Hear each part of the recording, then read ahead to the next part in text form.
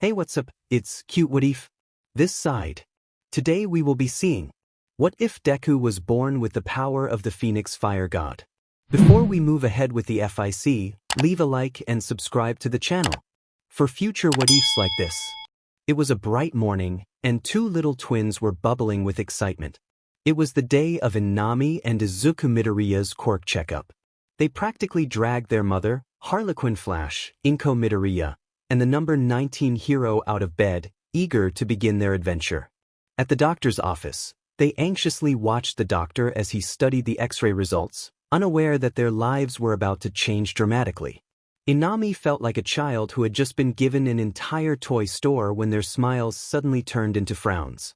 The doctor began to speak, informing Inko that Inami had a stronger version of her father's quirk, capable of not only breathing fire but also shooting flames from her hands and legs, which she could control in terms of direction and intensity. It was a quirk reminiscent of Endeavor's but even more powerful. However, when it came to Izuku, the doctor hesitated.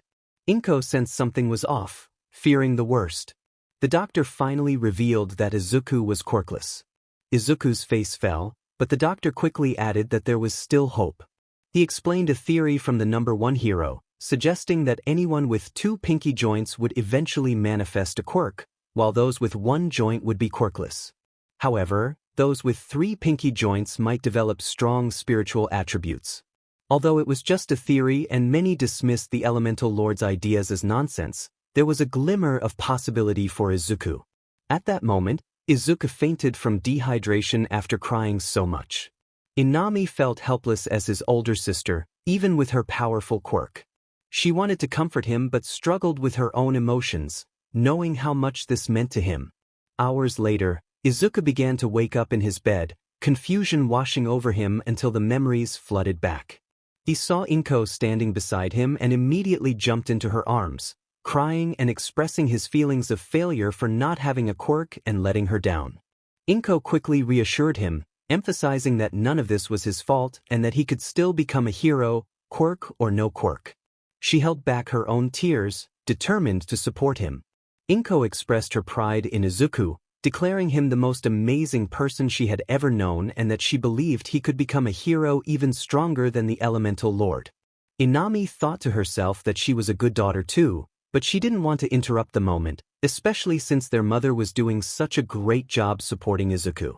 After a heartfelt moment of tears, Inko suggested they have dinner outside to help Izuku take his mind off being quirkless and to lighten the mood after such an emotional day.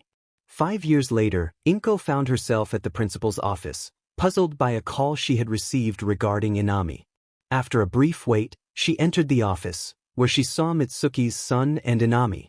The principal informed her that Inami had been involved in physical fights with Katsuki, which had escalated to a point where Inami had broken a chair during one of the altercations. Inami's mother was taken aback, demanding to know if Inami had really broken a chair on Katsuki. The principal clarified that Katsuki had exploded the chair before it could hit him and then retaliated by slapping Inami. Mitsuki, visibly upset, reacted strongly to the news, expressing her disbelief that her son would hit a girl. Inami, feeling the weight of the situation, calmly pointed out the unfairness of the punishment. When her mother began to lose her cool, Inami shouted in frustration, expressing her anger at the principal and the school's handling of the situation. Inko, overwhelmed by the emotions of the moment, raised her voice in response, demanding respect.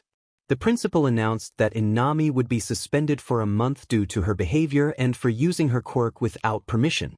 Inko sat in shock, grappling with a mix of emotions, while Katsuki attempted to interject, only to be silenced by Mitsuki. Realizing the gravity of the situation, Inko apologized to the principal and rushed after Mitsuki to console her daughter, who was now filled with rage. Later that night, in her dark room, Inami reflected on the events, questioning how it was her fault for protecting her brother. How is it my fault that Shitigo has a flashy quirk and the teachers favor him? It's not my problem that he is so full of himself. He is always picking on the other students, bullying Izuku, and pushing him around. The teachers never tell the principal what he does. They only say, Inami is aggressive, Inami is violent, Inami can't control her anger, Inami uses her quirk illegally, Inami starts all the fights. That's all wrong. I only protect Izuku. I hate people who think he is weak and those who are mean to him just because he doesn't have a quirk. I hate everyone who hurts my little brother, and I even hate Mom. Inami cried her heart out on her dad's shoulder. After some time, her dad consoled her, and eventually, she calmed down. He told her that if she wanted, he would get her shifted to another school. Inami expressed her gratitude, saying she loved him. He responded affectionately, reminding her to talk things out with her mom the next day and share both sides of the story. She promised she would. Izuku stood at the door, on the verge of tears, trying to get their attention. He revealed that he had been listening the whole time. All Mom would tell him was that she had done something very wrong and impulsive to Inami. She wouldn't explain what happened, and when he overheard their parents talking, he learned that Inami and Kakin had been taken to Mr. Kamido's office. He came home to find a crying mom and a locked door. He felt useless and quirkless, but seeing how much Inami loved him made him realize he would do anything for her. She was one of the few people he could always count on, along with their parents. He assured her that if she wanted to leave the school and ignore Kakin, he would support her. To him, she was a hero. Inami, who had just recovered from crying, felt tears welling up again as she asked if he really meant it. He confirmed that he did, and in that moment, she jumped up and hugged him tightly. The next morning, a worried Inko began to speak to a guilty Inami. Hisashi encouraged Inko while Izuku supported his sister. After a long family discussion, they decided that Hisashi would stay home that day to prepare breakfast for the family. After enjoying their meal and playing games together, they applied to another school. Given their grades, they were accepted without any issues. The following day, they received their leave certificates from their previous school after settling the damages from the past 4 years of Inami and Bakugo's conflicts. 2 years later, Inko called out for her children to come out of their rooms. She announced that she had found some classes for them, coding and hacking and hero tactics. She asked Inami which one she wanted to choose. Inami responded confidently, indicating her choice was obvious. Inko confirmed her assumption about Inami choosing hero tactics and then turned to Izuku, asking if he wanted to participate or sit it out. To her surprise, he chose hacking and coding. Inami's jaw dropped in confusion as she questioned him about his decision. Izuku explained that he already had numerous books filled with hero analysis and strategies, so he didn't need a tactics class. He believed coding would be a more useful skill, especially if he ever needed to hack into a secure system, and he thought it would be enjoyable. Inko felt pride in her son's practical thinking.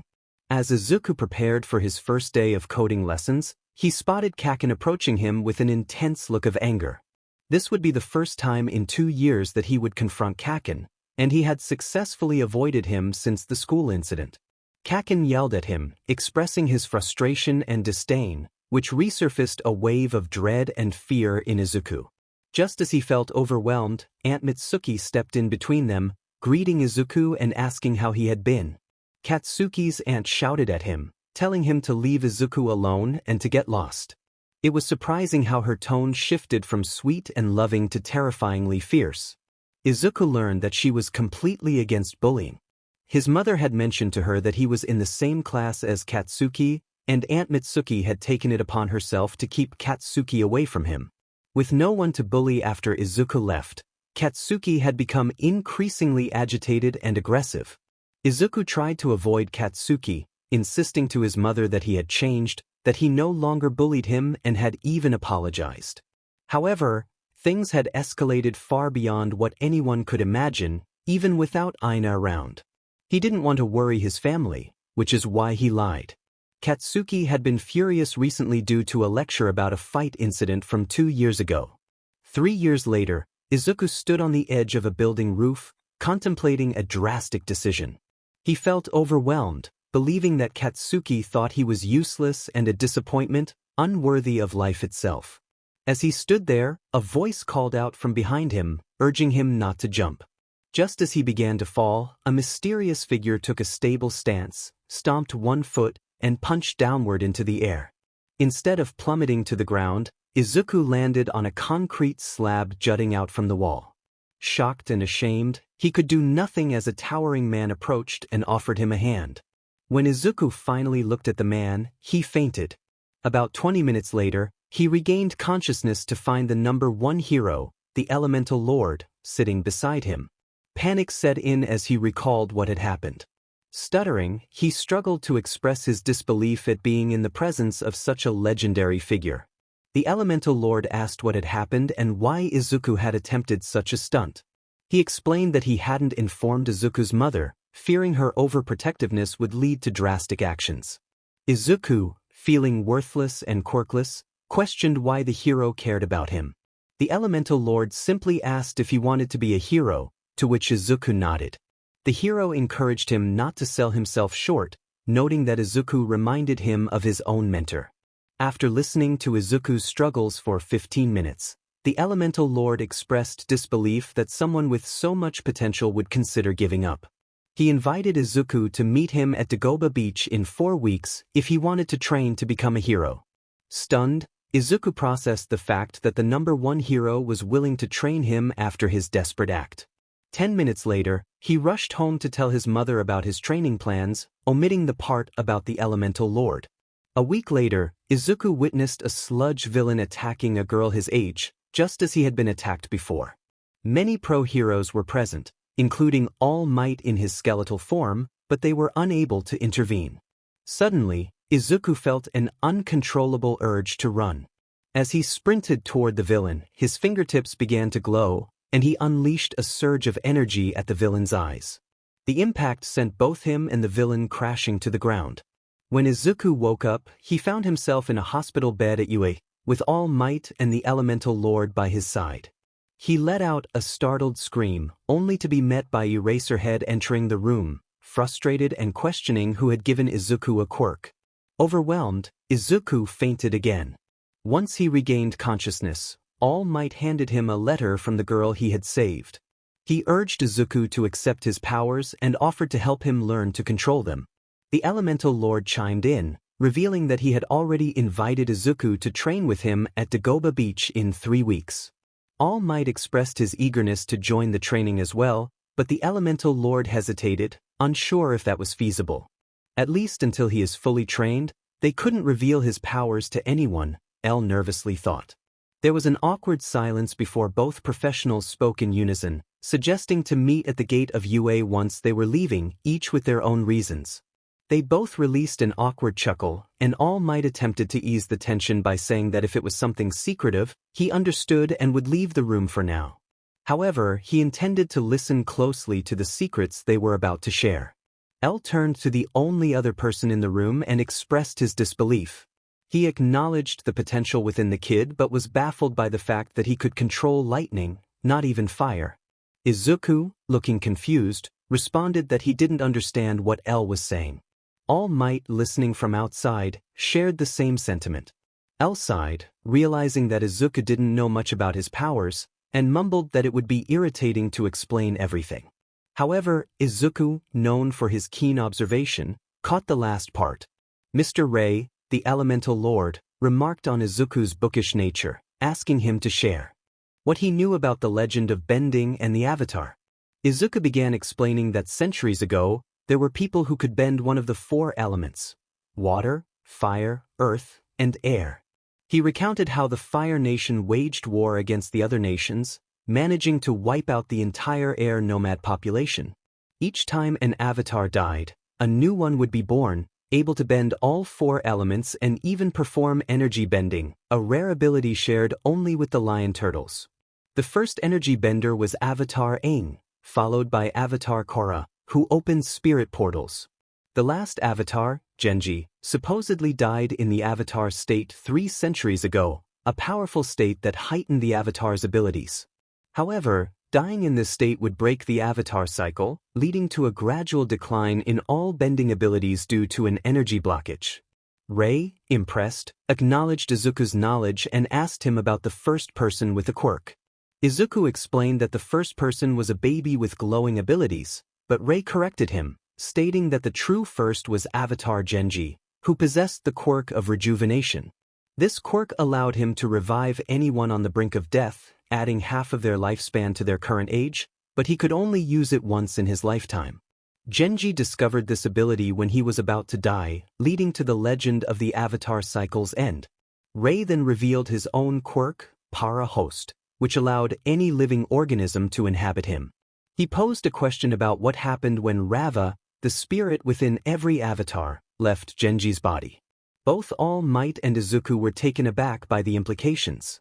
Izuku began to piece together that Rava was no longer within L, leading him to question how L could still bend the elements and whether this was a prank. L, fatigued and frustrated, expressed his desire to sleep, having gone without rest for 33 hours. All Might and Izuku reacted in shock, urging him to rest immediately. Ray, slightly annoyed, pointed out that he had his own secrets and suggested that All Might should stop eavesdropping. He clarified that he never claimed Izuku was the Avatar, only that he was a firebender for now. Izuku, confused, asked why Ray shared this information if he was just a firebender. Ray explained that he wanted Izuku to believe in the truth of the legend and shared his suspicions. Toshi, Ray's brother, was then prompted to speak about what he wanted to discuss with Izuku. Despite not being biologically related, they shared a deep bond. Toshi planned to ask Izuku a question after the UA entrance exam and assured him that he would personally train him for it. He also mentioned that he was aware of Izuku's application to UA. As they all left, Izuku suddenly remembered the letter he had received. He opened it to find a message expressing gratitude for saving someone from an attack and a request to meet the person who had come to their aid. Izuku Midoriya felt a mix of surprise and excitement as he prepared to meet Ochaco Uraraka, the girl he had saved. She had invited him to Muzutafu Municipal Park the following day at 9 a.m., and he couldn't wait to see her again. The next day, he took a 20-minute walk to the park and spotted a familiar brunette looking around. He recognized her and approached her with a friendly greeting. He stammered slightly, asking if she was okay and if the villain had caused her any harm. Ochaco greeted him cheerfully, expressing her gratitude for saving her life. She mentioned that she never got his name since he had passed out right after the incident. She complimented his quirk, assuming it was electricity generation. Izuku felt a bit awkward since he was actually quirkless, but he played along, introducing himself as Izuku Midoriya and pretending his quirk was electricity generation. He downplayed his actions, saying he was just following his instincts. Noticing his sudden embarrassment, Ochaco inquired about it, but he brushed it off, eager to change the subject. They began to chat, discussing their aspirations of attending hero school. Ochaco revealed she was applying to UA High, and Izuku excitedly shared that he was too, hoping they might end up in the same class. As their conversation came to an end, Izuku prepared to leave, but Ochaco asked for his phone number. He happily agreed, and they both headed home. 10 months passed, and Izuku had undergone significant changes. After a rigorous training regimen with Mr. Ray, he had grown taller and stronger, transforming his physique. He had dedicated himself to cleaning up beaches and contributing to the community, earning the attention of several professional heroes who were curious about the young boy making such an impact. Mr. Ray had taught him the art of firebending, and Izuku had even mastered blue flames, a rare achievement that made his mentor proud. All Might had also been training him, but Izuku was already pushing his limits, so their sessions were more focused on strategy than physical training. He cherished the time spent with Ochaco, who had become his best friend. They enjoyed hanging out, going to arcades, and spending time together whenever he wasn't training. Izuku continued to use lightning in front of others, maintaining the illusion that it was his quirk. As he reflected on his life, he felt grateful for the friendships and mentorship he had received. However, he noticed that Ochaco had been acting a bit differently around him lately. His mother was proud of his progress, but he suddenly felt a strong urge to see her, realizing she had never asked him to stop training before. In a burst of energy, he propelled himself home using flames. Upon arriving, he found his mother speaking with all might, looking concerned. She questioned him about his training and why he was avoiding All Might. Izuku was taken aback by her familiarity with the hero and asked how she knew his first name. His mother responded cryptically, deflecting his question. She then reminded him that he was preparing for the entrance exam, and All Might wanted to discuss the possibility of him taking the recommended exam instead of the common one.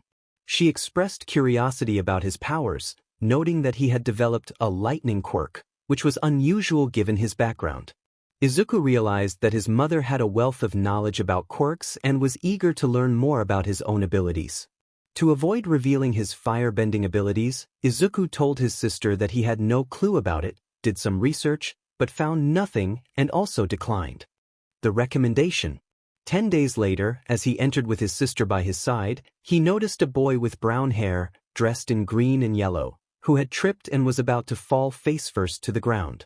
They were a considerable distance away, but instinctively, both Izuku and Inami propelled themselves forward using fire from their hands and legs to catch him. Izuku was much faster and reached the boy, catching him well before Inami arrived.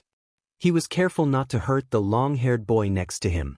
Inami was also quick, having trained with Izuku when not with their mentors. The boy, shaken by the sudden catch, introduced himself as Zora Kimimoto and expressed his gratitude for being saved, mentioning that it would have been bad luck to fall. Izuku, feeling composed on the outside but nervous inside, introduced himself and his sister, encouraging Zora to be confident and suggesting they race for points in the practicals. Zora calmed down and accepted the challenge, smirking as he asked if he could call Izuku by his first name. As they chatted, Uraraka appeared, teasing Izuku for making friends. Suddenly, a bell rang, signaling that they had spent too much time outside. The group rushed inside to take their seats for the written exams. Izuku completed the exam in 45 minutes, confident that he and Inami would pass. He glanced at Uraraka and Zora, who maintained poker faces, but he sensed they were doing well. When it was time for the practicals, Izuku recalled the point system and the various types of villains that would be involved, courtesy of Mr. Ray, a close associate of Principal Nizu and a UA teacher for the past 2 years. Upon entering the auditorium, Izuku spotted Present Mike, who explained the point system before they were transported to different areas. In his area, Izuku was relieved to find Uraraka, along with Zora and a peculiar blue-haired boy who had questioned Present Mike earlier. As the doors opened, Izuku immediately dashed forward to start earning points, ignoring the calls from others to wait for the countdown. He remembered Mr. Ray's advice that threats do not wait for breaks, and only Zora followed him, manipulating the earth to gain points. Izuku enhanced his speed with lightning coursing through his body, focusing it in his hands and shooting bolts to earn points. Miss Namuri, known as Midnight, urged the others to take action, noting that Izuku and Zora had already accumulated many points. Hearing this, the others regretted not following them. Izuku continued to earn points but had to be cautious not to overdo it. 10 minutes later, in a room overlooking the arena, Principal Nizu, the UA teachers, and some pro-heroes were present. Nizu, with a mischievous grin, announced it was time for the behemoth and activated a lever that revealed a giant zero-pointer robot. Izuku noticed many students were too close to the massive robot and had little time to escape. He quickly left the robot behind and climbed a mock building, leaping from one to another until he reached the top of the zero-pointer. He called out, "Thunder Clap Strike," as he formed a thunder saber in his hands, feeling the energy surge around him. The sparks intensified, and he knew he was reaching his limit. He had to finish the attack quickly to avoid exhausting himself. In an instant, the robot fell apart, and he felt the backlash of his attack. Meanwhile, in the teacher's room, Nizu remarked on Izuku's potential, while Mr. Ray suggested releasing the true behemoth, causing gasps among the staff. Midnight questioned the nature of the true behemoth, and All Might, visibly shaken, explained that it was a zero-pointer 5 times larger, equipped with deadly weapons and advanced artificial intelligence. It was capable of harming students. Only Izuku and All Might had faced it before. Present Mike expressed his concern about the ethical implications of creating such a powerful monster. Nizu, undeterred, prepared to release the behemoth, unlocking a physical lock and pressing a button that revealed a lever. After pulling it, a deep blue button with a skull appeared, and Nizu pressed it. Meanwhile, Izuku was regaining his composure when he heard a scream calling his name. Recognizing Ochaco's voice, he rushed toward it, only to find her trapped under rubble.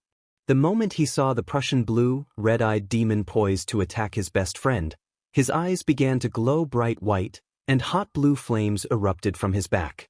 These flames formed massive wings resembling those of a hawk, but much larger.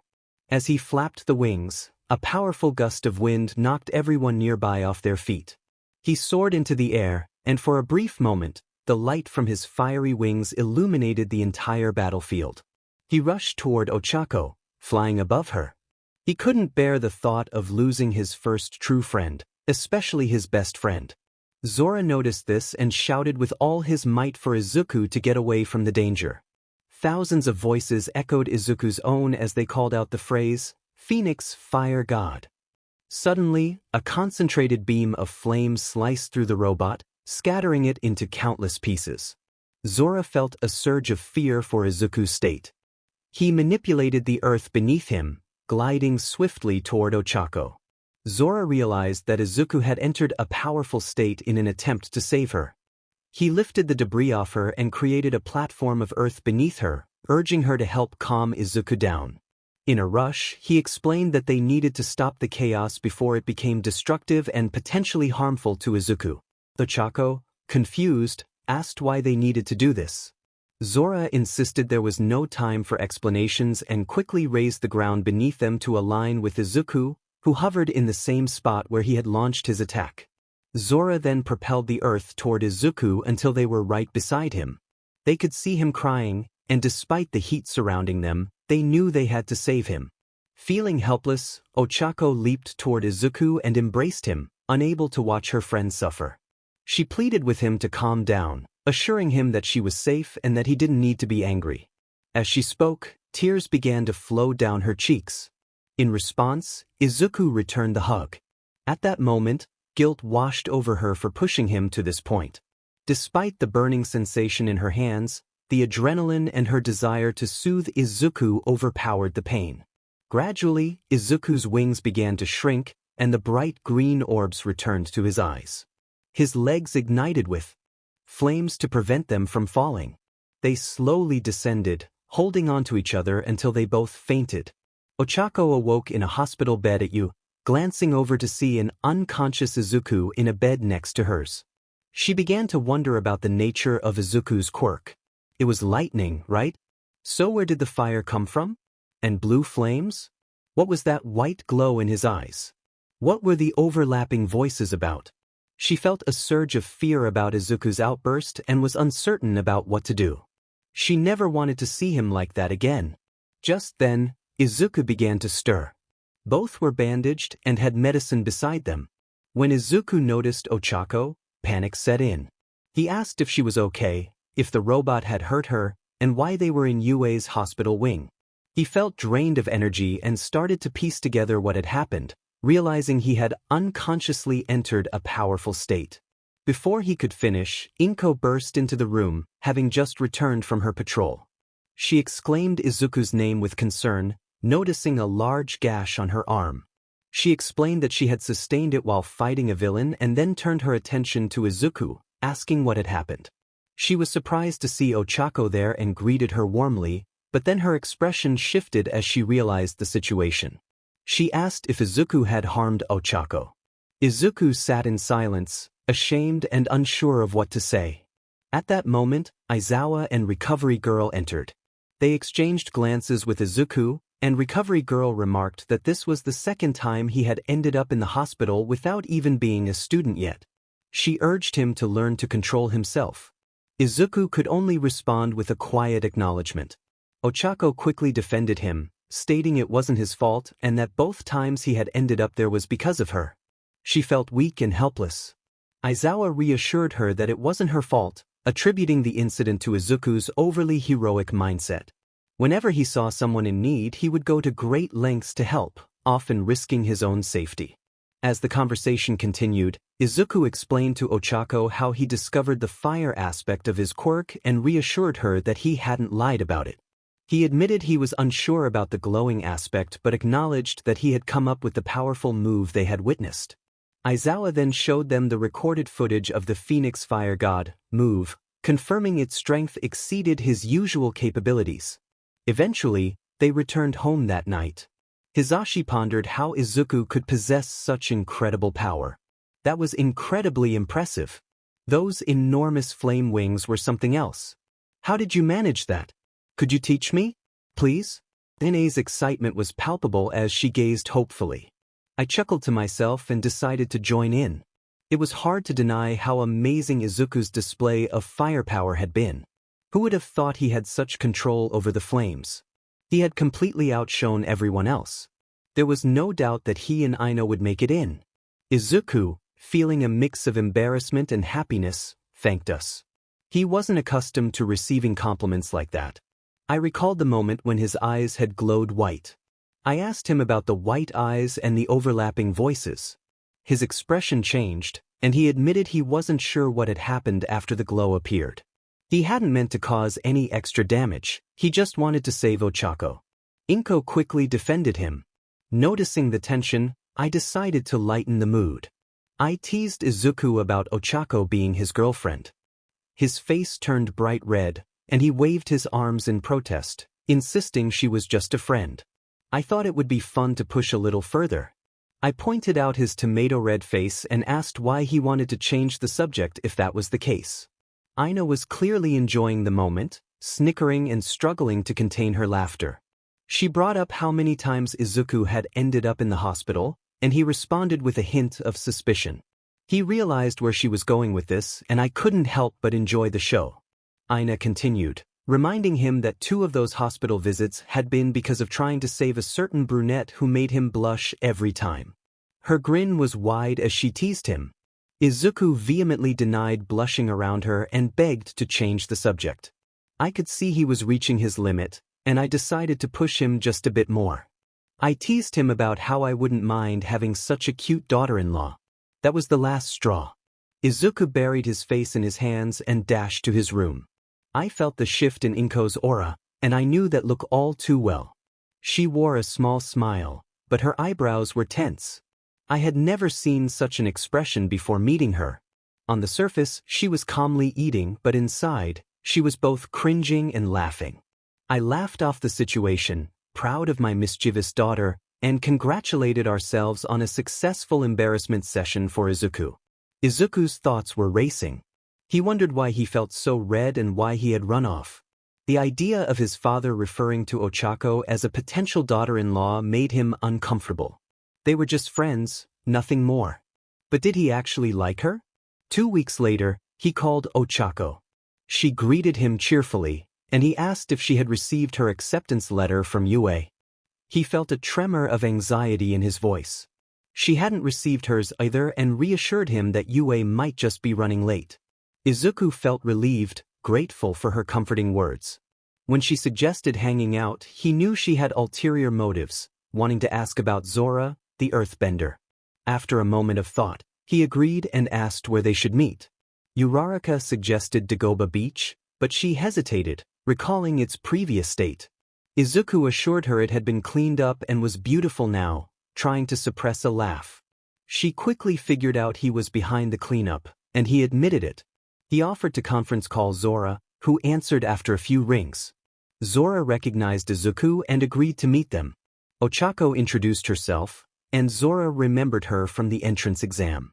They decided to meet in about 35 to 40 minutes since Zora needed to freshen up after training. When they arrived at the beach, Izuku spotted Zora and greeted him. Zora asked if he could call them by their first names, explaining it was customary where he came from. They both agreed.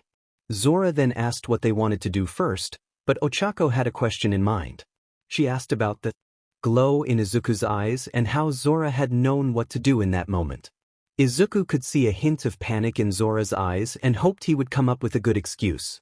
Zora began to explain, mentioning a legend his grandfather had told him about. The legend spoke of individuals with the perfect fire, water, air, or earth-type quirk possessing a glow in their eyes. It was an old tale, yet my grandfather warned me about it, just in case it ever happened to me. With my earth-type quirk, I had dismissed it as mere folklore until I met Izuku. As for the strange overlapping voices, I speculated it was due to the spiraling heat distorting and amplifying the sound waves, though I couldn't be sure. According to the legend, The glow signified great power, but if left unmastered, it could lead to chaos. After discussing the legend, I suggested they check out the new escape room challenge, hoping to distract Ochaco from her thoughts. Following the escape rooms, we headed to Izuku's house for lunch. I knocked on the door, and Aina greeted us with enthusiasm. "Hi, everyone. Come on in. You're Zora Kimimoto, right? Nice to meet you," she exclaimed, her energy palpable. She then revealed 3 letters from behind her back. "Izu, Uraraka, and Kimimoto, here you go. You called just before the elemental lord himself dropped off our letters, Izuku. When he arrived, we asked him to give both of your letters to us since you were coming over." Her excitement was infectious, and I couldn't help but smile widely, even as Uraraka and Zora looked a bit puzzled. Standing at the entrance, Zora introduced herself politely, expressing her gratitude for Aina holding on to our letters. I was surprised they weren't as ecstatic as Aina and I were. "Be quick to open them. I'm in class 1A. Aina urged, her excitement bubbling over. I shot her a look, hoping she'd calm down a bit. Just then my dad called out, "Give them some space, Aina. Let them come in at least." We entered the house and opened our letters, discovering that all 4 of us were in the same class. I was thrilled to learn I had scored 107 villain points and 200 rescue points, the highest in UA history. Aina was so excited that she opened my letter and tried to reseal it after reading. I was completely shocked and overjoyed. In just 2 days, I would be attending my dream school. I was ready for whatever challenges lay ahead. After that, Ochaco and Zora called home to share the news of their acceptance, and their parents were ecstatic. We enjoyed some food before heading home. Fast forward to the first day at UA. I was on my way to school, preparing for the analysis test after the quirk assessment. I couldn't shake the feeling that one particular student intrigued me. He reminded me of L, and the other boy who had stopped the outburst was also someone I wanted to keep an eye on. Upon entering the classroom, I was greeted by the sight of a student sprawled on the floor, sparks surrounding him, while a girl stood near the door. I sighed, feeling overwhelmed by the chaos. Earlier, Izuku had been at the door of class 1A with his friends. He took a deep breath and opened the door, only to be met with the sight of an irritated Shiregu lounging with his feet on a desk. The blue-haired student with engines for legs demanded he remove them, but Shiregu merely mocked him. Izuku zoned out, contemplating his life choices, until Shiregu turned his glare toward him. Not wanting to engage, Izuku asked what he was staring at, his tone sharper than intended. Shiregu smirked, taunting him about still being alive. Ochaco, noticing the tension, intervened, questioning Shirigu's behavior.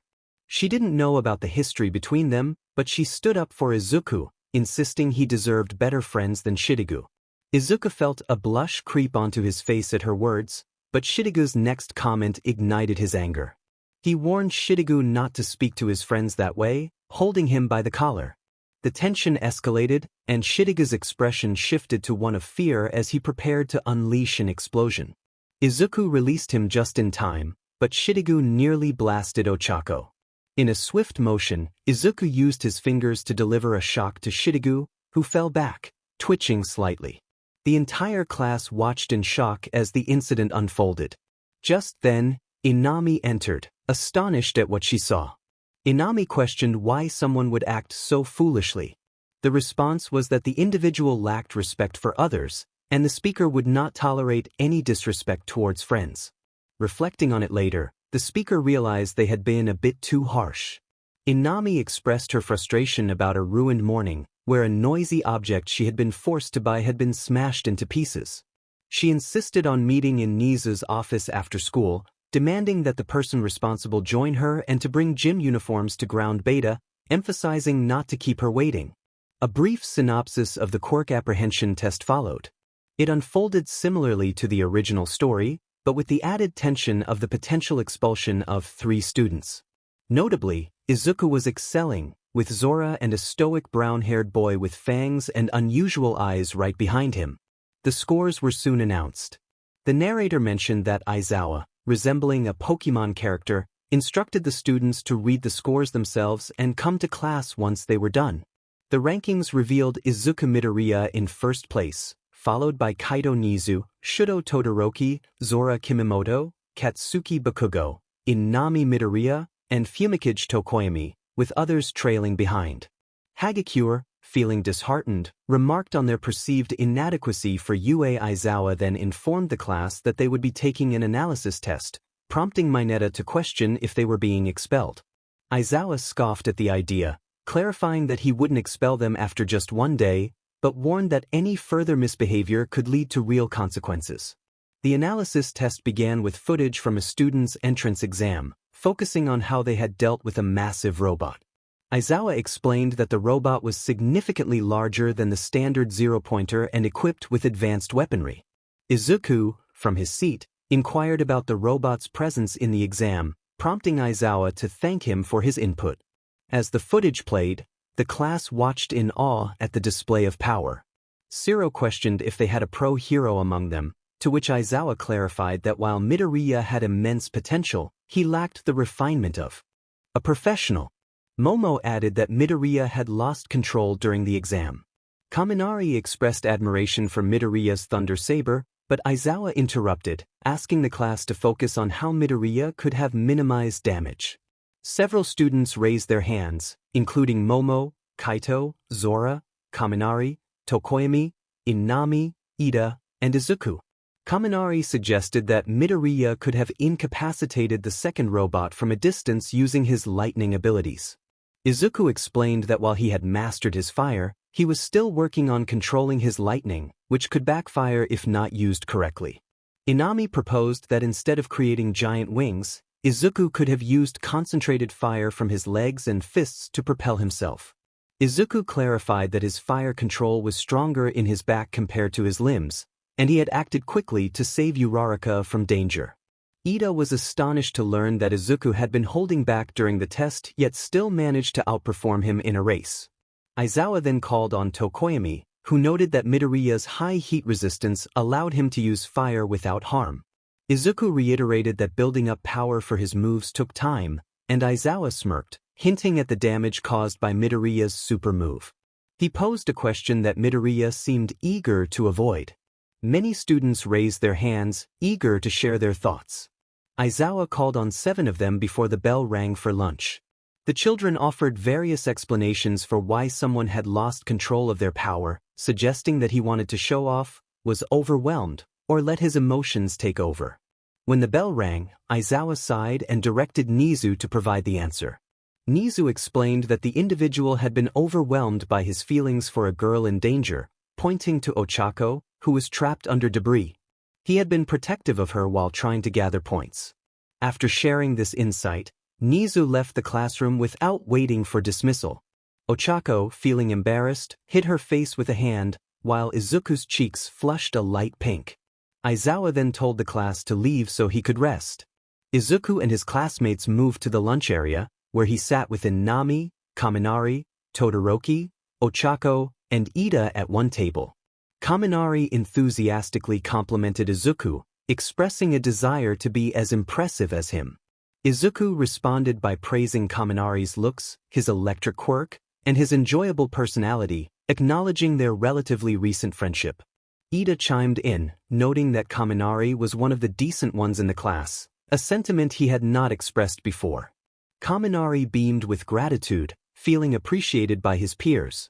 Todoroki remarked on Izuku's ability to form friendships from a young age, stating that he always helped those in need.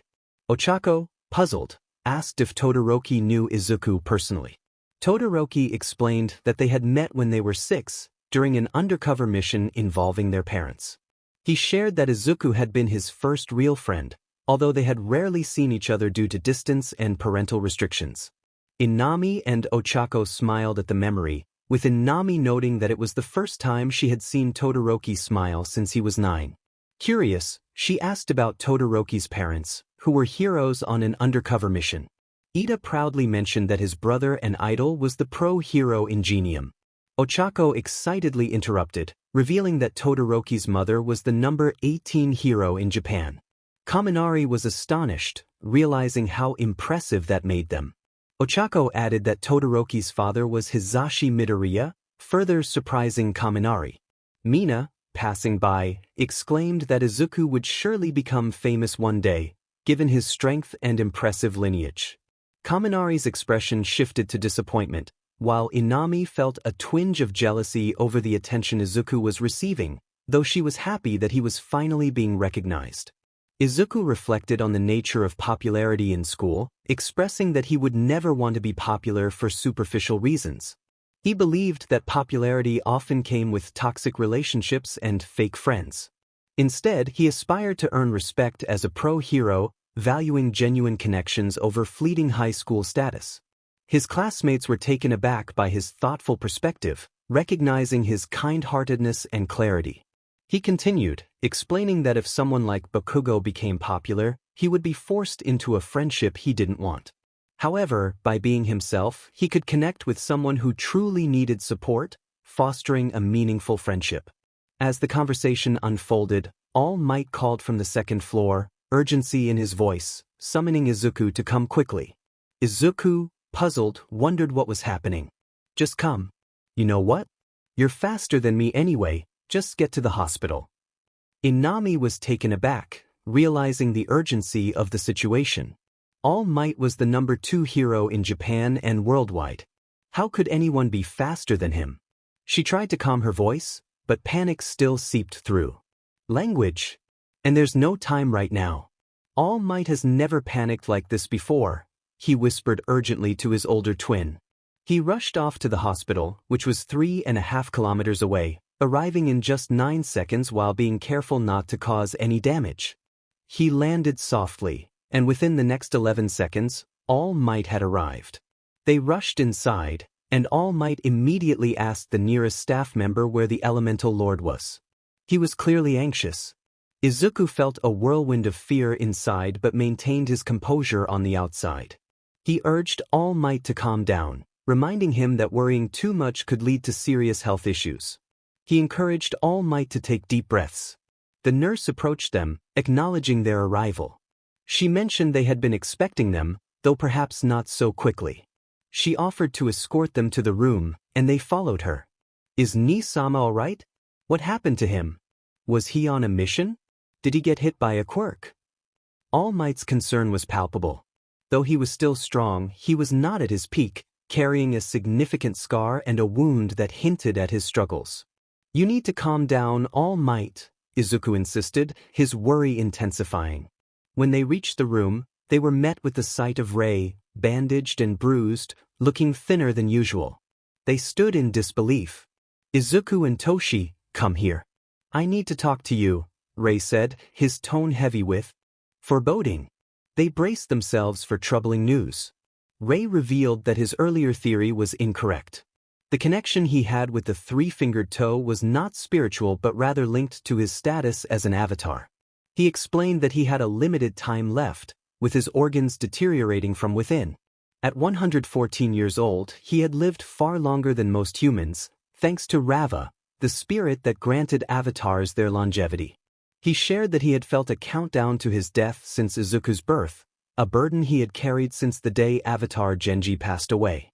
He explained his quirk, Para Host, and how it had allowed him to inherit the abilities of the avatars. Suddenly, he became ill, and Izuku and All Might quickly called for doctors. Medical staff rushed in, administering injections and advising them to let Rei rest. They were informed that Rei had insisted on speaking to them because it was crucial, but for now, they needed to leave and allow him to recover. They were also told that he would have to retire from his career. After a brief moment of shock, Izuku and All Might left the hospital, their minds heavy with the weight of the news. In the classroom, Ochaco was in the middle of English class when a knock interrupted. Present Mike welcomed the visitor, and Izuku walked in, his expression somber. Ochaco noticed his sadness and quickly wrote a note, asking if they could talk after school. After class ended, she approached Izuku's desk, but before she could reach him, he was called away urgently by Nizu and Zora. Confusion and concern washed over her as she wondered why he had ignored her note. Izuku felt the pressure of the situation as he spoke to Nizu and Zora, revealing his knowledge of their bending abilities and his own identity as the Avatar. He explained the connection between Rava and his quirk, emphasizing the importance of their training together. He was 114 years old, which surprised Zora. She couldn't believe it when he mentioned that Rava had left his body when he was born, and that he wasn't a natural bender. This situation had been slowly taking a toll on him, and he had only 2 months left.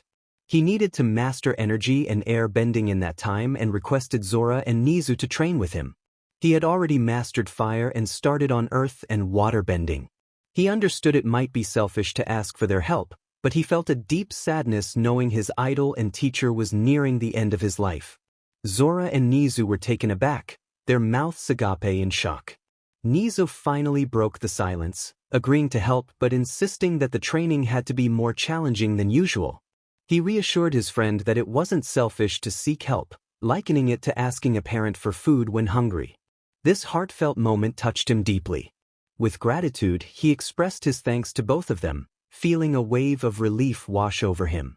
They decided to start training in a couple of days, allowing Nizu some time to handle his own matters. He was grateful for their support, especially since he had been insecure about being quirkless and feared their reaction to the truth. Days later, All Might made a grand entrance into the classroom, igniting excitement among the students. The first round of team battles was announced, and the matchups were set. Zora and Mezu faced off against Toru and Mashireo, while Izuku and Ochaco were pitted against Katsuki and Inami. Other matchups followed, each team preparing for their turn. In the first battle, Zora quickly used his cosmic sense to locate the bomb, trapping his opponents in cement barriers that allowed them to breathe but kept them contained. He reached the bomb in record time, earning praise from All Might for the swift victory. In the second battle, Izuku shared his plan with Ochaco, explaining how he could also use cosmic sense to locate their opponents. He instructed her to use her quirk carefully, ensuring she wouldn't touch the building. Though hesitant, she agreed to trust him. When the signal to start the battle was given, Izuku created a small lightning saber and struck the wall, initiating their plan. Ochaco floated into the air as Izuku unleashed a surge of electricity. He pinpointed the bomb's location and swiftly made his way to the top floor, avoiding Bakugo along the way. Apologizing in advance, he used enough electricity to incapacitate Inami, who tried to defend herself but was ultimately unsuccessful. He then touched the bomb to secure their victory. After the battle, All Might commended the teams, noting that while Bakugo and Inami had underestimated Izuku, Ochaco's trust in him was commendable. He emphasized the importance of teamwork and trust in any mission, pointing out that Izuku's approach, though risky, had been effective. Following several more matches, the students took a lunch break. Ochaco invited Izuku to sit with her, and they both felt a bit shy as they moved to a table. She expressed her concern for him, having noticed how upset he had been recently. She urged him to share what was troubling him, reminding him that as a friend, she wanted to support him in any way she could. Izuku felt a wave of concern wash over him as he noticed the change in Ochaco's expression. She urged him to share what was troubling him, emphasizing that talking about it could lighten the burden. Despite his reluctance, he eventually opened up about his past. He spoke of his childhood, where he had faced many challenges. While his family loved him, it was Elle who had believed in him and trained him, helping him grow from a scrawny, weak boy into someone who dared to chase his dreams. However, the weight of knowing that his idol, the hero who had inspired him, was facing a dire fate was almost unbearable. Ochaco listened intently, her eyes wide with shock as Izuku's emotions poured out. He expressed his frustration and helplessness, feeling that he was still in training while the world was in danger. Despite her attempts to comfort him, Izuku struggled to see a way forward. Yet, after sharing his feelings, he felt a slight relief, even if it was just a small step. As the day came to an end, Izuku noticed Kaminari sitting alone at the back of their building, tears streaming down his face. He recognized the signs of someone trying to hide their pain and decided to approach him. When Kaminari noticed Izuku hovering above him, he quickly wiped his tears and forced a smile, but Izuku could see through it. Izuku asked Kaminari what was wrong, but his friend insisted it was nothing.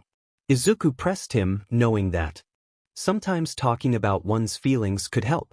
Kaminari finally opened up about his struggles, revealing that he had been bullied and felt isolated due to his learning difficulties and the loss of his parents. As he spoke, Izuku felt a deep empathy for him, recalling his own experiences of loneliness and the pressure to wear a mask of happiness. Kaminari shared how the bullying had affected him, and Izuku listened with compassion. He encouraged Kaminari to express himself fully, assuring him that he was safe to share his thoughts. As Kaminari continued, he revealed his crush on Jiru, which led to a moment of vulnerability. Izuku reassured him that his secret was safe and encouraged him to take a chance on his feelings. The conversation brought them closer, and Izuku felt a sense of hope that they could support each other through their struggles. They both understood the importance of friendship and the strength that comes from sharing their burdens. Sure, she was practically his guardian, but she treated him as if he were worthless. After hearing it so often, he began to believe it. He couldn't even get therapy due to their financial situation. He took a deep breath, sipped some water, and continued. He wished he had amazing powers like his friend, thinking that no one would treat him poorly then. His expression grew even sadder. His friend encouraged him, saying that all he needed to do was train hard to get stronger and that he had an amazing quirk, urging him not to sell himself short. He lamented that he had no one to help him, as his sister refused to waste her time on someone like him, and he felt that no one saw any potential in him, likely because he didn't believe he had any. His friend insisted that he should never call himself anything negative, affirming that he was a great person with a lot of potential. He reassured him that he was not useless and could stand up for himself if he wanted. He reminded him that they might still be acquaintances, but they were classmates, and he could ask for help whenever he needed it, except from Bakugo, which made Kaminari chuckle sadly. His friend offered to help with his training, explaining that he had a lightning-related aspect to his quirk, so it made sense. Kaminari was surprised and grateful for the offer. His friend set 3 conditions. They would train together instead of him just training Kaminari, he must never underestimate himself or think he was worthless, and he should come to him whenever he needed to talk because they were friends. Kaminari's face lit up with joy at this declaration. Overwhelmed with emotion, Kaminari shed a tear and hugged his friend, expressing his gratitude. His friend felt happy knowing that Kaminari had found a true friend in him. He encouraged Kaminari that no matter how strong his sister might be, they would train hard and surpass her. They then began to work on some basic moves. As they trained, his friend discovered that Kaminari's current limit was 1.3 million volts, and his hand-to-hand combat skills were mediocre at best.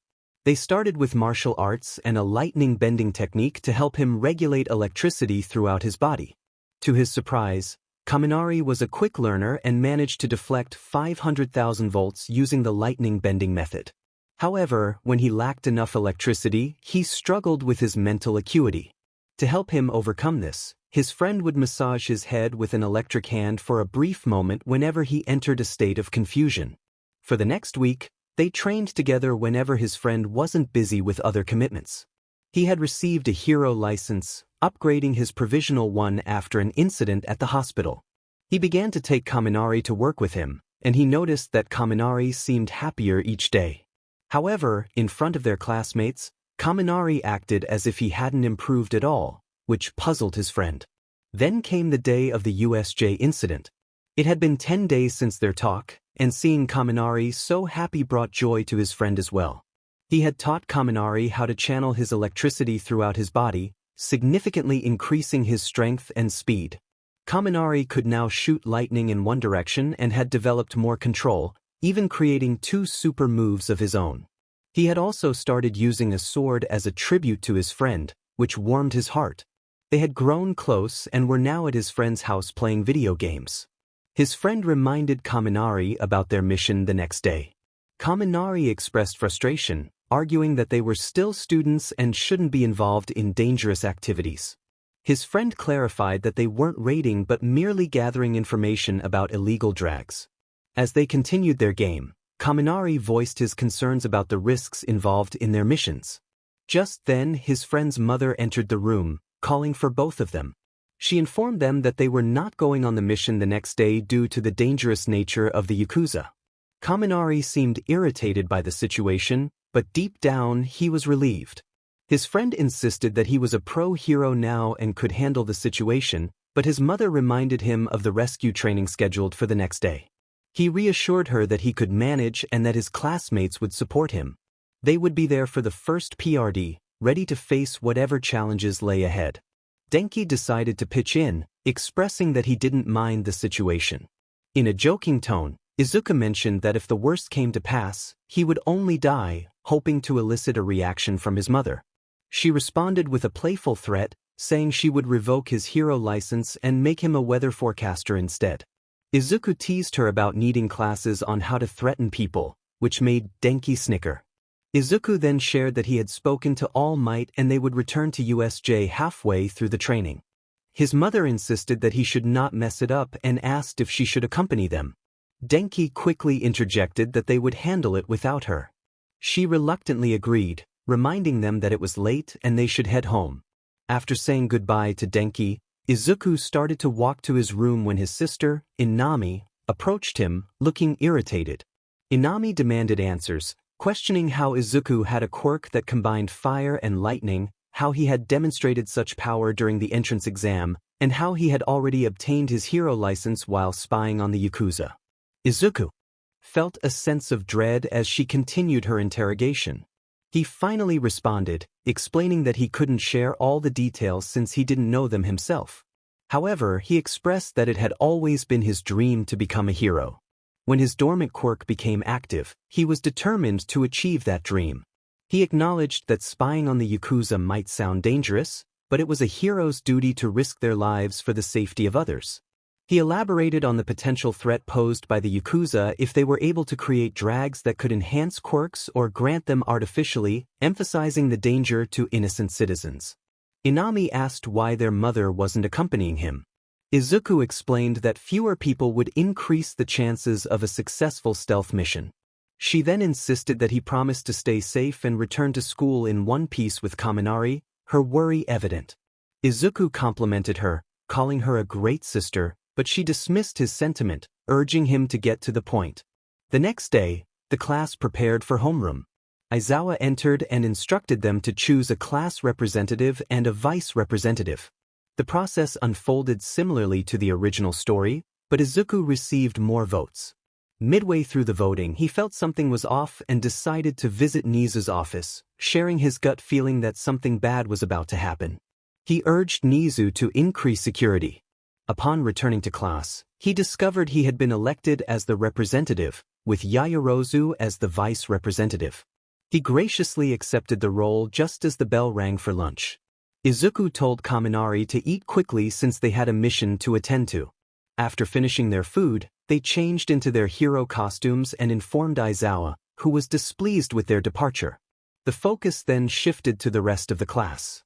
Aizawa announced that they were going for rescue training and that anyone wishing to wear their hero costumes was welcome to do so, while others could wear their gym uniforms and board the bus. With Izuku absent, Aizawa instructed Yaoyorozu to take charge. As they boarded the bus, Ochaco asked Aizawa where Izuku and Kaminari were. Aizawa explained that Izuku had recently obtained his hero license and was on a stealth mission with Kaminari. Jiraiya questioned why Izuku would choose Kaminari for such a mission, expressing doubt about his abilities. Aizawa reminded them not to judge their classmates, asserting that Kaminari could hold his own. Jiraiya scoffed, doubting Kaminari's capabilities. Tsuyu then asked Nizu about his quirk, intrigued by his ability to manipulate water and possess vampire-like traits. Nizu explained that he inherited his water abilities from his biological mother and his vampire traits from his biological father. He revealed that his mother had died due to his quirk and that his father had disowned him, leading to his adoption by Principal Nizu. This revelation surprised the class, especially Mina, who had thought Nizu's surname was common. Upon arriving at USJ, they were greeted by Pro Hero 13, who welcomed Class 1A to the unforeseen simulation joint. Ochaco excitedly recognized her as the space hero and expressed her admiration. 13 explained the importance of heroes and the potential dangers of their quirks, using her own destructive ability as an example. She then outlined the day's training focused on rescuing people and handling their quirks safely. Aizawa approached 13 and quietly inquired about All Might's whereabouts. She indicated that All Might's time was up, having passed on his power to Mirio. Suddenly, Zora pointed out the purple fog and the villains emerging from it. Aizawa sprang into action, warning the students that these were not part of the exercise but actual villains. Ida cautioned him against fighting them alone, but Aizawa insisted he call for help from Yue. Just then, Kurogyari surrounded the students, preventing them from escaping or fighting back, although Ida managed to slip away. Bakugo and Kirishima attempted to confront Kurogyari but were quickly scattered. Meanwhile, Ochaco found herself teleported to the shipwreck zone along with Tsuyu and Mineta, while Koda ended up with Momo and Jairu. In the shipwreck zone, Tsuyu successfully helped Ochaco and Mineta out of the water. They started to formulate a plan to escape the situation. They decided that Ochaco would make them all weightless, Tsuyu would wrap them together, and Mineta would create 4 sets of 10 sticky ball each. Once they were ready, Mineta jumped onto the 4 bundles of ball, using each limb to push off. This propelled them halfway up and considerably high, but they still weren't going to make it.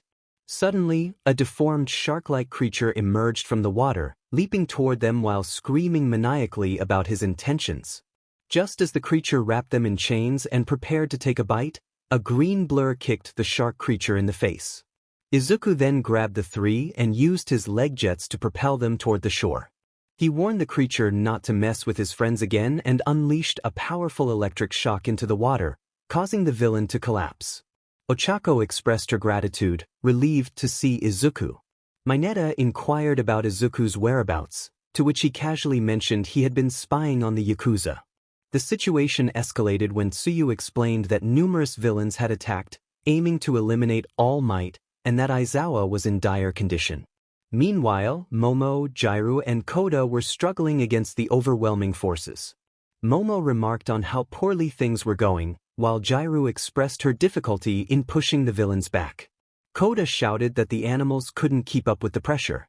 Momo, feeling faint, confessed that she had a confession to make, but Jairu urged her not to. Just then, Kaminari zipped around them, crackling with electricity. He was determined to help, despite the villain taunting him. When the villain attempted to retaliate, Kaminari struck with an electrified punch, knocking him out cold.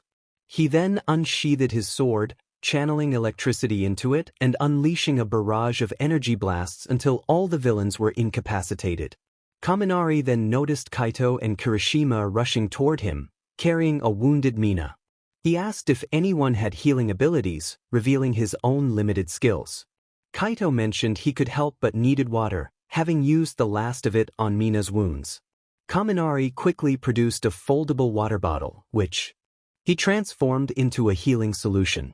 He applied it to Jairu's injuries and Koda's cut, ensuring they were stabilized. Kirishima suggested they leave the injured behind temporarily, agreeing to return for them after the villains were dealt with. They carefully placed Jairu, Momo, and Mina against a wall and asked Koda to stay with them before rushing to where Izuku was battling the Nomu. Upon arrival, they found Aizawa in a terrible state, surrounded by unconscious villains, with Izuku engaged in a fierce fight against the Nomu and 2 other villains. Kaminari called out to secure Aizawa and quickly spotted his bag nearby. Tsuyu snapped out of her shock and tossed the bag to Nizu, who was ready to assist. Izuku warned Kaminari about the Nomu's regenerative abilities, and Kaminari prepared to jump into the fray. He rushed at the Nomu, unleashing a powerful slash with his electrified sword.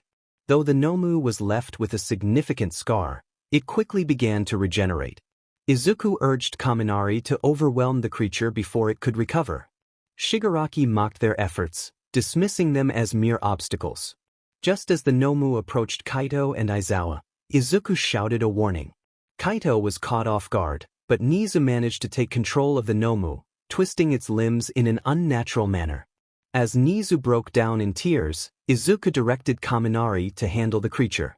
With enhanced reflexes, Kaminari charged at the Nomu, determined to keep it away from his friends. Izuku rushed to embrace Kaminari, offering comfort as he felt his friend's grip tighten with distress. The sight of blood intensified Kaminari's anxiety, prompting Izuku to halt his actions and make a risky move. 3 days earlier, Izuku and Kaminari were enjoying a day together, engrossed in an episode of Naruto. They were particularly captivated by the climactic battle between Naruto and Sasuke at the Valley of the End. The moment when the Chidori clashed with the Rasengan sparked an idea in Kaminari's mind. He wondered if he could create his own version of the Chidori. The challenge lay in forming a stable ball of electricity, a task that could backfire disastrously. When he attempted it, he quickly understood why Izuku had been hesitant to teach him about energy compression. The attempt left his hands burned, necessitating a visit to Recovery Girl. Undeterred, Kaminari practiced diligently and eventually managed to create a small ball of electricity, convinced that with more practice, he could succeed. Kaminari felt remorse for defying Izuku's warnings, knowing that his friend had cautioned him against pushing himself too hard. He kept his Chidori practice a secret, determined to prove himself. With intense focus, he applied pressure to his arm, channeling as much electricity as he could in a brief moment. As he compressed the energy, he was unaware of the pain coursing through his body or the damage to his hands. With a fierce cry, he unleashed his attack, striking the Nomu with his electrified hand. He continued to discharge electricity, attempting to overwhelm the creature. However, he felt his strength waning, the electricity draining from him. Just as he feared he might lose consciousness, he noticed Izuku's hand striking the Nomu beside him, replacing his yellow sparks with green. In that moment, the pain became overwhelming, and he lost consciousness. When he awoke, he found himself in the UA hospital wing. He scanned the room, spotting Aizawa still unconscious and Izuku gazing out the window. Relief washed over Izuku as he acknowledged Kaminari's awakening, though his cheerfulness felt forced. Kaminari reassured Izuku that he didn't need to pretend. He asked when Izuku had woken up, and Izuku explained that he had regained consciousness about 20 minutes earlier. After Kaminari had passed out, Izuku had incapacitated the Nomu and witnessed the pros arriving. He shared that All Might had informed him they had swiftly dealt with the villains and taken the injured students for medical care, including most of their class. Kaminari chuckled at the nicknames Izuku had given the villains, momentarily forgetting the earlier mission that had filled them with pride, now overshadowed by guilt for not being there for their classmates. Earlier, as they walked to USJ, celebrating their success, Izuku's phone had rung with an urgent message from All Might, warning them of an attack. Panic set in as they quickly devised a plan to respond. Kaminari turned to Izuku, asking about his injuries. Izuku downplayed his condition, mentioning third-degree burns and shock overload, but he expressed concern for Kaminari's reckless actions. Kaminari admitted he had acted out of fear of losing another friend, acknowledging that he should have listened to Izuku's warnings. Izuku expressed gratitude for Kaminari's bravery, recognizing that despite the risks, he had acted to protect others. He believed Kaminari had the potential to become one of the greatest heroes. Just then, Recovery Girl entered the room, noting that this was the second time she had treated Kaminari for shattered arms. She warned him that if he continued to take such risks, she would let him endure the pain of healing naturally. Kaminari agreed, understanding her seriousness. Recovery Girl informed them that they could now join their classmates, who had stayed behind for them. Kaminari was surprised to learn they had waited for hours. Meanwhile, Ochaco and the others were in the classroom, passing the time while waiting to express their gratitude to the three. They admired Aizawa's strength in taking down the villains and were impressed by Izuku's performance in his new costume. Ochaco was particularly taken aback by Kaminari's unexpected strength, realizing he was far more capable than she had initially thought. As they entered the classroom, the atmosphere shifted, filled with relief and camaraderie as they reunited. There were more villains, and the Nomu was a high-end version that Endeavor and Hawks had faced. Izuku called out to his friends, and they greeted him back. Momo noticed the burns, casts, and bandages covering them and expressed her concern. Izuku asked Nizu if they could speak privately, and they stepped into another room. Jiru confronted Kaminari, expressing her frustration over his reckless actions that nearly cost him his life. She punched his shoulder playfully before pulling him into a hug. Tsuyu pointed out that Kaminari had shown remarkable precision with his electricity, exceeding what they thought was his limit. Momo recalled seeing someone shoot electric bullets before she passed out and was surprised to learn it was Kaminari. Kirishima praised him for saving everyone, and curiosity arose about the names Izuku and Kaminari had called each other. Inami explained that Izuku's hero name was Nozomi, and Kaminari's was Chargebolt. Izuku's friends were impressed, but the revelation left Zora feeling uneasy, as she realized Izuku had been keeping secrets from her. As the group celebrated Izuku's achievements, Zora stood back, feeling a mix of pride and betrayal. After a while, Izuku and Kaminari began to head home, and Zora chose to walk alone, not joining Izuku this time. The next day, the class settled in with Izuku, Zora, and Kaminari still bandaged from their previous encounter. Siro wondered who would substitute for Aizawa, and Kirishima speculated about a possible teacher from Class 1B. Mineta made a comment that annoyed Jairu, who hoped it would be Present Mike instead. Kaito noted that Aizawa would likely show up despite his condition. Just then, Aizawa entered the room, looking worse for wear with bandages and crutches. He told the class to sit down, earning gasps from his students.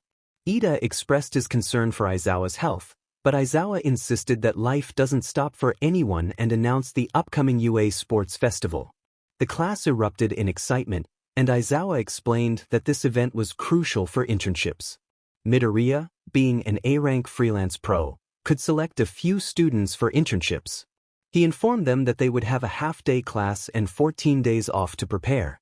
He handed out consent forms for a dorm system, emphasizing the importance of getting parental approval.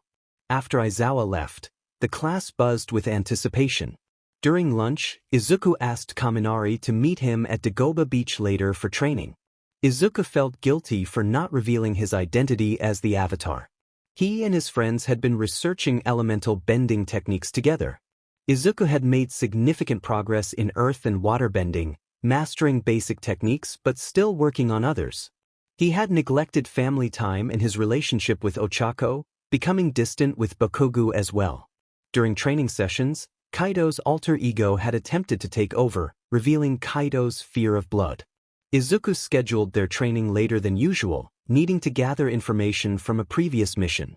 He had discovered troubling details about drags that could manifest quirks and amplify them, as well as experiments involving animals and quirkless humans. The thought of a drag that could strip a person of their quirks sent chills down his spine. The next chapter would continue this story, building up to the first arc. One more thing that made Izuku feel nauseous was the knowledge that they were fusing human brains and quirk genetics into other humans. It was a gruesome thought, one he didn't want Denki to witness, so he instructed him to search other areas. While they were there, a gut feeling nagged at him, suggesting a connection to the League of Villains, though he had no proof. He imagined the screams of a young girl and boy echoing in his mind, even as he told everyone they were investigating a far branch of the Yakuza, when in reality, it was one of the main hideouts. Time passed, and Izuku found himself flying to Dagoba Beach with reports in hand. Suddenly, a familiar voice broke through his concentration. Hawks appeared out of nowhere, greeting him cheerfully. Izuku, momentarily thrown off balance by the unexpected greeting, responded with a smile, explaining that he was on his way to training.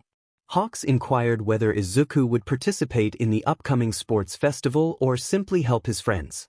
Knowing how quickly Izuku had risen in hero class, Hawks seemed skeptical about whether he would be allowed to compete. Izuku reassured him that if he couldn't participate, Aizawa would have already informed him. However, it seemed he would be given a handicap, as he was told he could only intern a maximum of 5 first years after the event. Hawks casually mentioned his own mission and asked if Izuku had read the reports. Izuku admitted he had just started. As they walked, Hawks revealed that the drags they were investigating contained human tissues.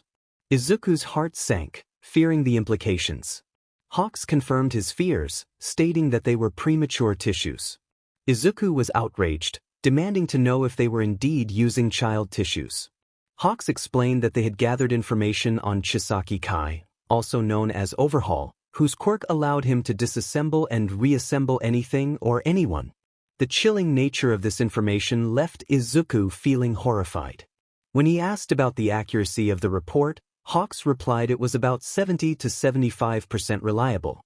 The deeper they delved into the topic, the more uneasy Hawks became. Upon landing, they walked to the beach, a short 30-second stroll. Izuku expressed his desire to be involved in more research missions, feeling personally attached to the case. Hawks congratulated him on ranking in the 70s, acknowledging the challenges of balancing hero work with training. Izuku thanked him, promising to read the reports later. Suddenly, large spikes of rock and ice shot toward him. It was nothing new, so he reacted instinctively, elbowing the air behind him. A massive wall formed in front of him, and still focused on the reports, he adjusted his arm and punched forward, transforming the wall into compressed projectiles that flew toward his opponents. He called out to his friends, asking them not to disturb him while he was reviewing his mission reports. But Hawks insisted that they were going to fight. As ice discs flew at him, Izuku realized the situation was escalating. He took on a scolding tone, urging Hawks to stop acting immaturely, reminding him of the consequences of their actions. Hawks challenged him, suggesting a team battle with Kaminari, Kimimoto, and Nizu against Izuku. Just as they jumped in, ready to attack, Izuku protested, insisting that Hawks was in no condition to fight. Nizu chimed in, pointing out that they would be seen as villains if they attacked a hero. Izuku decided to use a new super move he had been practicing, encasing all four of them in ice, leaving just enough room for them to breathe. However, Hawks had been practicing advanced waterbending and managed to manipulate the moisture in the air to break free. Hawks explained that he needed to ensure Izuku could succeed, stating that he was the only one capable of training him to master air and energy bending. He believed that if he fought Izuku, it would help him improve faster, even if it meant his own demise. Izuku, overwhelmed with emotion, pleaded with him not to treat his potential death lightly, reminding him of the impact he had on so many lives. Kaminari, astonished, realized the truth about Hawks being an avatar and the significance of his role as a mentor. Izuku, determined, used his bending skills to create earth limb bracers, forcing himself into a wheelchair, ready to fight for his mentor's life. The tension hung in the air as they prepared for the next chapter of their journey, knowing that the stakes had never been higher. Kaminari stood with his mouth agape and eyes wide in disbelief. He learned that L was an avatar and that the legend was indeed true. This revelation made him question what it meant for L to be a student of Rei. In a flashback, Zora expressed his confusion upon seeing Kaminari. Kaminari greeted the group, excitedly mentioning that Izuku had asked him to train, but then he noticed L's presence and panicked, questioning why the Elemental Lord was there, especially since he believed L was gravely injured. Rei, who was seated in a wheelchair, calmly reassured Kaminari that Izuku was his student and that he had been training him for the past 11 months due to their similar powers. Kaminari connected the dots, realizing that Izuku's impressive physique and strength were a result of this training. L informed them that he would be fighting Izuku that day and mentioned that they would be launching a surprise attack. Kaito, concerned for L's condition, asked if he was fit to fight. L confidently replied that he would be fine and suggested they check on Kaminari while they waited for Izuku. Kaminari, still skeptical, pointed out that L could move at incredible speeds. L confirmed that he had trained Izuku to harness immense voltage in a short time, proving his authenticity. Kaminari was taken aback by this revelation. Kaito explained that Izuku was currently away gathering forensic reports related to his last mission. After an intense sparring match, the trio began to tire. Kaito pondered how Izuku could have improved so much in just 2 weeks, especially considering Kaminari's struggles. Kaminari, out of breath, questioned why they held back during class. Kaito explained that they were too powerful to go all out, as it could lead to serious injuries. Zora added that they often had to team up to survive against Izuku, making their training sessions more thrilling. Kaminari felt relieved knowing he could unleash his full power without restraint if Izuku ever attacked them seriously. He demonstrated his abilities by firing bolts of electricity at their targets. Returning to the present, Izuku felt compelled to confess about being the Avatar. He acknowledged that the legend was true but paused mid-sentence, sensing something off. He noticed Uraraka nearby, visibly upset and crying. Concerned, he approached her, but she dismissed him and ran away, leaving him puzzled and feeling guilty. Determined to talk to her later, Izuku shifted his focus back to training, this time with Kaminari. He assisted Kaminari in practicing a new technique, channeling energy to help him regain his strength. They had successfully eliminated a previous weakness in Kaminari's abilities, but it left him exhausted. Izuku was prepared to heal him if necessary, utilizing a new skill he had mastered. As the days passed, Izuku reflected on their training sessions leading up to the sports festival. He challenged Kaminari during their one-on-one battles, teasing him about his performance. The training was intense, with each participant restricted to using only one ability. Izuku excelled, easily overpowering his friends, except for Zora, who held his own with metal bending. With only a week or two left of training with Mr. Ray, they planned a surprise farewell party for him. Izuku, known for his exceptional planning skills, was determined to make it memorable. Finally, the day of the sports festival arrived, filled with anticipation and excitement. The day of the sports festival arrived, and the class began preparing to head out onto the field at their cue. Todoroki called for Izuku and Kaminari, requesting their presence in a quieter room. He stated that, statistically, they were among the strongest in their class, given their potential. Izuku quickly interrupted, expressing his disbelief in such statistics. He acknowledged Kaminari's abilities but emphasized that true strength comes from a person's nature, motives, and determination, rather than just their powers or skills. Todoroki, with a hint of frustration, declared his intention to defeat them both. Kaminari, wearing a determined smile, encouraged everyone to give their best effort. Present Mike announced Class 1A, celebrating their survival of a villain attack, which was met with enthusiastic applause. Aizawa, in his usual tone, commented on Mick's volume, while Izuku hurried to join his classmates for the march outside. As Class 1B entered, Present Mike continued to introduce the other classes, prompting Aizawa to express his desire for sleep. The crowd laughed at Mick's playful banter, and the atmosphere was lively. Mike introduced Midnight as the referee, and she made her entrance on a moving platform, calling for Izuku to give a speech as the class speaker. The applause was overwhelming. Bakugo, feeling overshadowed, muttered to himself about showing Izuku the consequences of taking the spotlight. Kaminari and Kirishima shared their opinions on Midnight's attire, while Mineta made an inappropriate comment, which was met with disapproval from his classmates. In a sudden turn of events, Bakugo grabbed Izuku and ran off, playfully dragging him through the waiting area. Izuku laughed, finding humor in Bakugo's mixed expression of anger and determination. They ended up alone in the Class 1A waiting room, where Bakugo confronted Izuku, demanding he win until the finals so he could prove his superiority.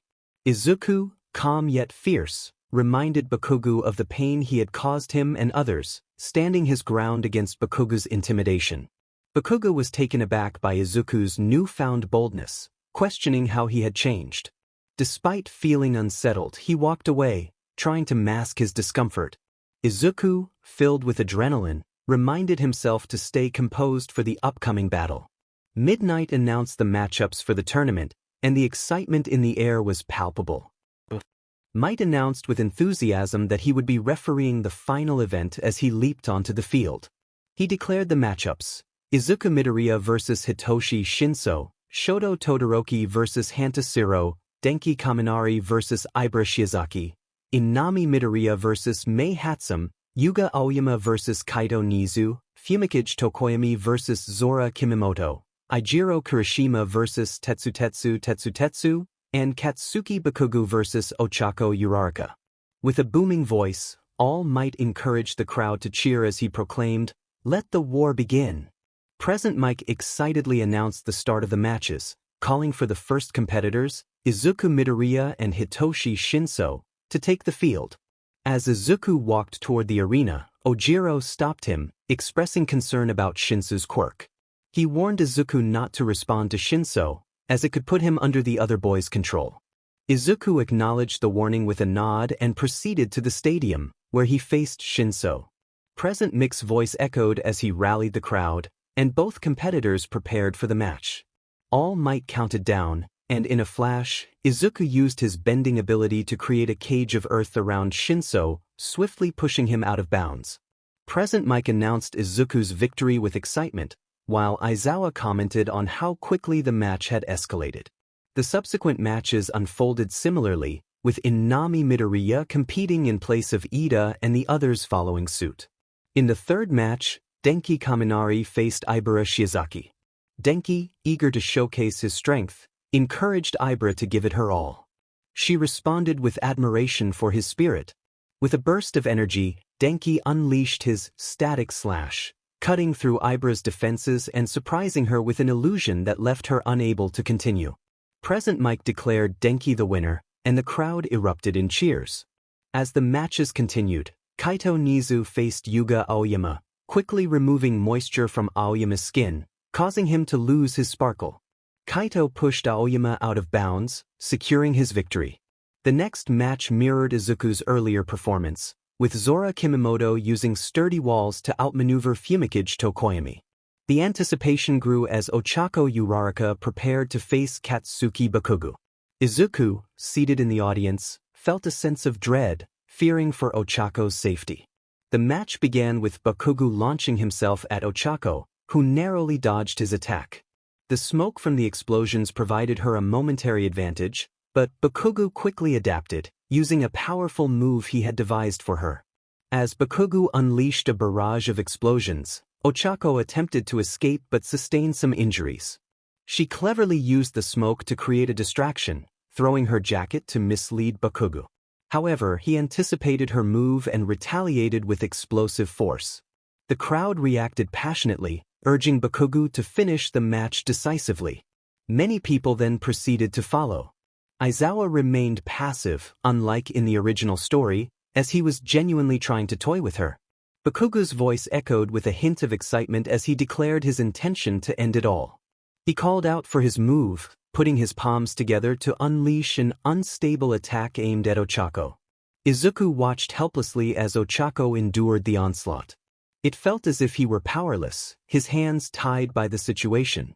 The crowd's escalating shouts only fueled Bakugo's anger, and Izuku's heart raced with fear over what might happen next. When Bakugo yelled out his move, Izuku knew he had to act. In a flashback, Izuku recalled his time training at Dagobah with his friends, feeling utterly exhausted afterward. On his way home, he decided to treat himself to ice cream. As he approached his favorite shop, he spotted Bakugo attempting to practice a new move in the park. Bakugo shouted the name of his technique, but before he could unleash it, the energy backfired, causing a small explosion. Izuku sat at a safe distance, enjoying his ice cream while contemplating whether to report Bakugo for using his quirk outside of school or simply watch him struggle. He chose the latter when Bakugo finally managed to execute a move that struck a tree with a terrifying force. It was a chaotic attempt, but at least it didn't blow up in his face. Eventually, Bakugo's attempts began to stabilize, albeit still unstable. Back in the present, Izuku felt a surge of determination as he stood up and unleashed a powerful jolt of electricity toward Bakugo without a second thought. He combined his flames and electricity in a way that wouldn't harm the spectators as he rushed to the ground. As he scooped Ochaco up from the field, she lost consciousness. Without hesitation, he summoned fire from his legs to keep her cool, using the vapor from the surrounding air to create a soothing mist. In mid-air, he pulled out his phone and called for emergency assistance, instructing them to fill a tub with room-temperature water, assuring them he was on his way. He checked her pulse and felt a wave of panic wash over him. In a moment of urgency, he rushed to her bathroom, where he knew her parents were watching the sports festival live. They recognized the seriousness of the situation when Izuku called without greeting. They quickly prepared the tub, blocking the drain and turning on the water. Just as they finished, the door burst open, and Ochaco's mother informed Izuku about the tub. Familiar with their home from previous visits, Izuku carried the unconscious Ochaco to the washroom without hesitation. He gently placed her in the tub, ensuring her head remained above the water. As the tub filled, Izuku began to manipulate the water around her, creating a soothing, shimmering mist. Her parents, too worried about their daughter to question his abilities, watched in silence. Gradually, the burns and bruises on Ochaco's body began to fade as the water enveloped her. After a tense minute filled with anxiety and uncertainty, most of Ochaco's physical injuries healed. Izuku reassured her parents that she would be fine, explaining that he was currently treating her concussion and checking for any internal damage. Relief washed over them as they expressed their gratitude. Izuku, however, insisted there was no need for thanks, as she was his friend. He inquired about any previous injuries she might have had, preparing to use his energy manipulation to aid her recovery. Once he finished, he asked Ochaco's mother to change her into comfortable clothes while he stepped out of the washroom. He used his abilities to remove the water from her clothes and handed her unconscious form to her mother. With a sense of accomplishment, he left the washroom and joined Ochaco's father in the living room. Curious about the earlier events, Mr. Uraraka asked Izuku why Bakugo had been so aggressive. Izuku admitted he had a bad feeling about the situation and was prepared to break the rules if necessary. Mr. Uraraka inquired about the rules Izuku had broken, and Izuku explained the sports festival clause that prohibited students from intervening in fights that were not their own. He noted that the teachers had not recognized the danger of Bakugo's last move. As the conversation continued, Mr. Uraraka asked if they needed to take Ochaco to a doctor and what injuries Izuku had managed to fix. Izuku contemplated staying but decided he would contact Aizawa to delay his match as long as possible. Izuku was determined to confront Bakugo after what he had done to Uraraka, refusing to withdraw from the competition. He had healed Uraraka's injuries, leaving her only with fatigue, which he alleviated by sharing some of his energy. All she needed now was rest. Mrs. Uraraka stepped out of the room, expressing her concern. She reminded Izuku that while he was a great friend, he shouldn't tarnish his reputation as a pro-hero for the sake of revenge, as Ochaco wouldn't want that. Curious about his abilities, she asked how he managed to manipulate water despite his fire and electricity quirk. As the event continued, Midnight announced the start of the second round, with Izuku Midoriya facing Shoto Todoroki. The broadcast was still live, and the excitement in the air was palpable. Suddenly, Izuku's phone rang. It was Aizawa, and he knew the conversation would not be pleasant. Aizawa was frantic, demanding to know where Izuku was and where he had taken Uraraka, who needed to see Recovery Girl. Izuku reassured Aizawa that he was at Uraraka's house, having healed her completely, and he was on his way back for his match. Aizawa instructed him to hurry, and Izuku agreed before hanging up. Apologizing to Mr. Chikao, Izuku promised to discuss everything later when Uraraka woke up. He quickly left, making a dynamic entrance onto the field. Midnight announced his arrival, and Cementos instructed both competitors to take their positions. The countdown began, and the battle was set to commence. Izuku was well aware of Shoto's complicated family dynamics. As the match began, Shoto created an ice wall, but Izuku countered by manipulating the water around him, causing it to crash down in waves. Seeing his attack easily countered, Shoto launched 3 walls of ice in rapid succession. Izuku melted them again and then formed a large blob of water above him, launching it toward Todoroki. The water froze upon contact, but Shoto shattered it, feeling the cold seep into him. Izuku challenged Shoto, urging him to use his full power and not hold back. He wanted Shoto to realize that he was stronger than he believed and that he shouldn't let his father's influence dictate his actions. Shoto, frustrated, retaliated with a circular wall of ice, but it melted away as Izuku urged him to see the truth. Izuku insisted that Shoto was his own person, separate from his parents, and that he had the power to define himself. As their argument continued, Shoto's resolve began to waver. Tears welled in his eyes as he listened to Izuku's words. Suddenly, fire erupted from Shoto's left side, and he rushed toward Izuku, whispering his gratitude. In that moment, Izuku's smile transformed into a smirk. He redirected the fire Shoto had created, using it to push him out of bounds. Midnight announced Izuku as the winner, her voice lacking enthusiasm. Izuku helped Shoto up, expressing his gratitude for their understanding. The next match was set, Inami versus Kaminari. Denki smirked as he prepared for the battle, apologizing in advance. Inami, not one to back down, warned him not to get too cocky. Cementos instructed them to take their positions, and All Might counted down to start the fight. As the battle commenced, Kaminari summoned his signature Cloak of Thunder, while Inami's hands and legs glowed a bright red. She initiated the attack, sending two fiery fists toward her opponent. Kaminari mocked her opening move, countering with bolts of electricity. Inami dodged and surrounded herself with a swirling tornado of fire, lifting debris from the ground and launching it at Kaminari. Kaminari questioned her choice of attack, comparing it to a prank. Inami declared it a distraction, as her fire tornado began to close in on him. Kaminari, confident in his abilities, slashed through the flames with his thunder saber, managing to escape the fiery embrace. Inami, undeterred, unleashed waves of fire, engulfing him in a blaze.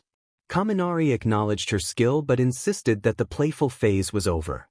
He teleported in front of her, and she retaliated with a powerful breath of fire, far exceeding her usual output.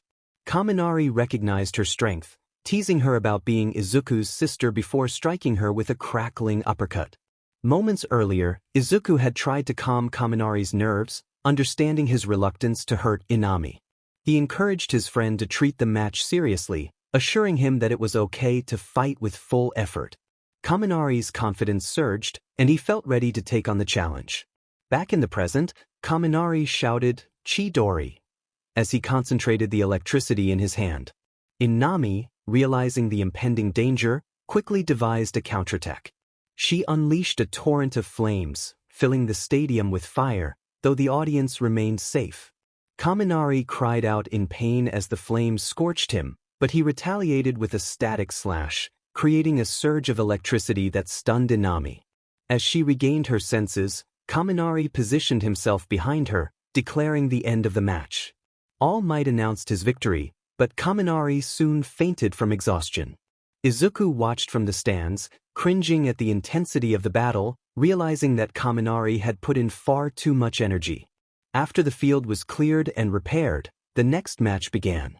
All Might counted down once more, signaling the start of the third match of the second round. Kaito, eager for the challenge, summoned water from the ground and atmosphere, while Zora created a massive humanoid figure from Earth, commanding it from above. The two benders faced off for 20 minutes, equally matched and panting from exertion. Zora encased himself in rock armor, while Nizu surrounded himself with a swirling tornado of water.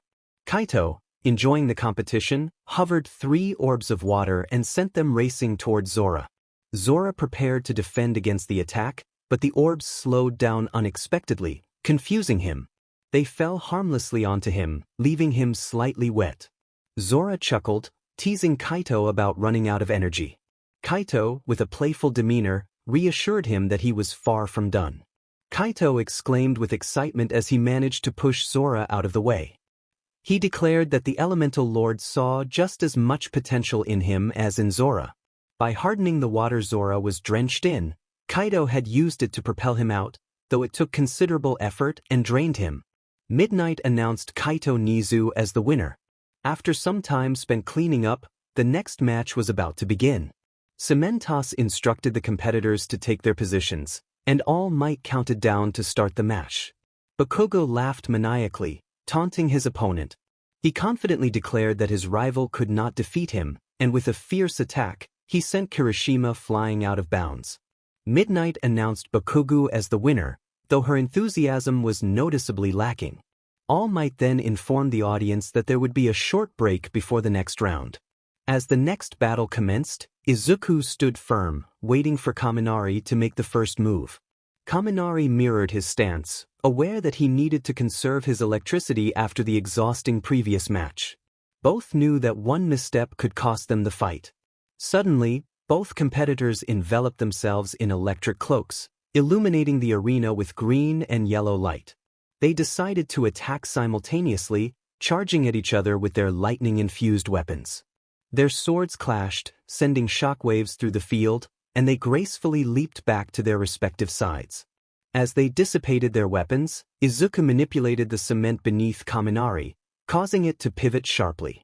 Kaminari, realizing he was losing his balance, created electric knives in his hands as he fell toward the edge of the battlefield.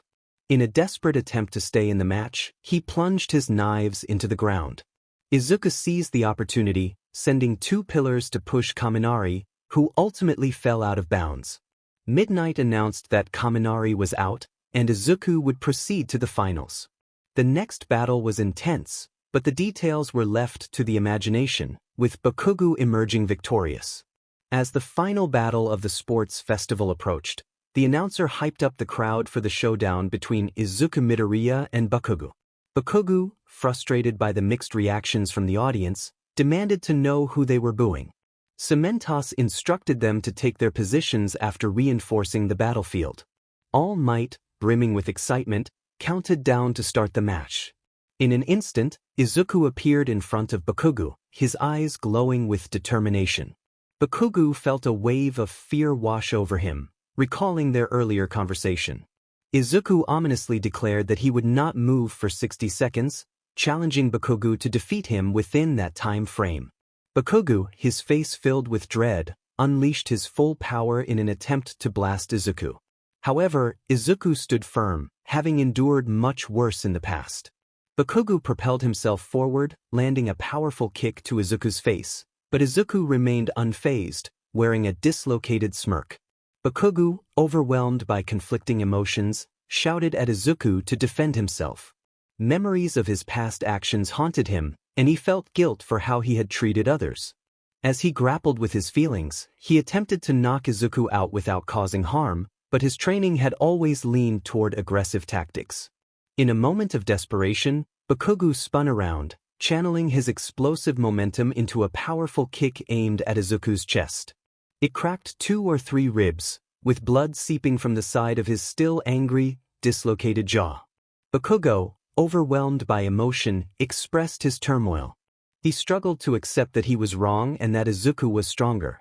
Despite his anger, he sobbed, admitting his faults and hoping to make amends someday. He attempted to strike Izuku again, but his focus faltered, and his fist landed weakly on his shoulder instead. Izuku, maintaining a calm demeanor, prepared to retaliate.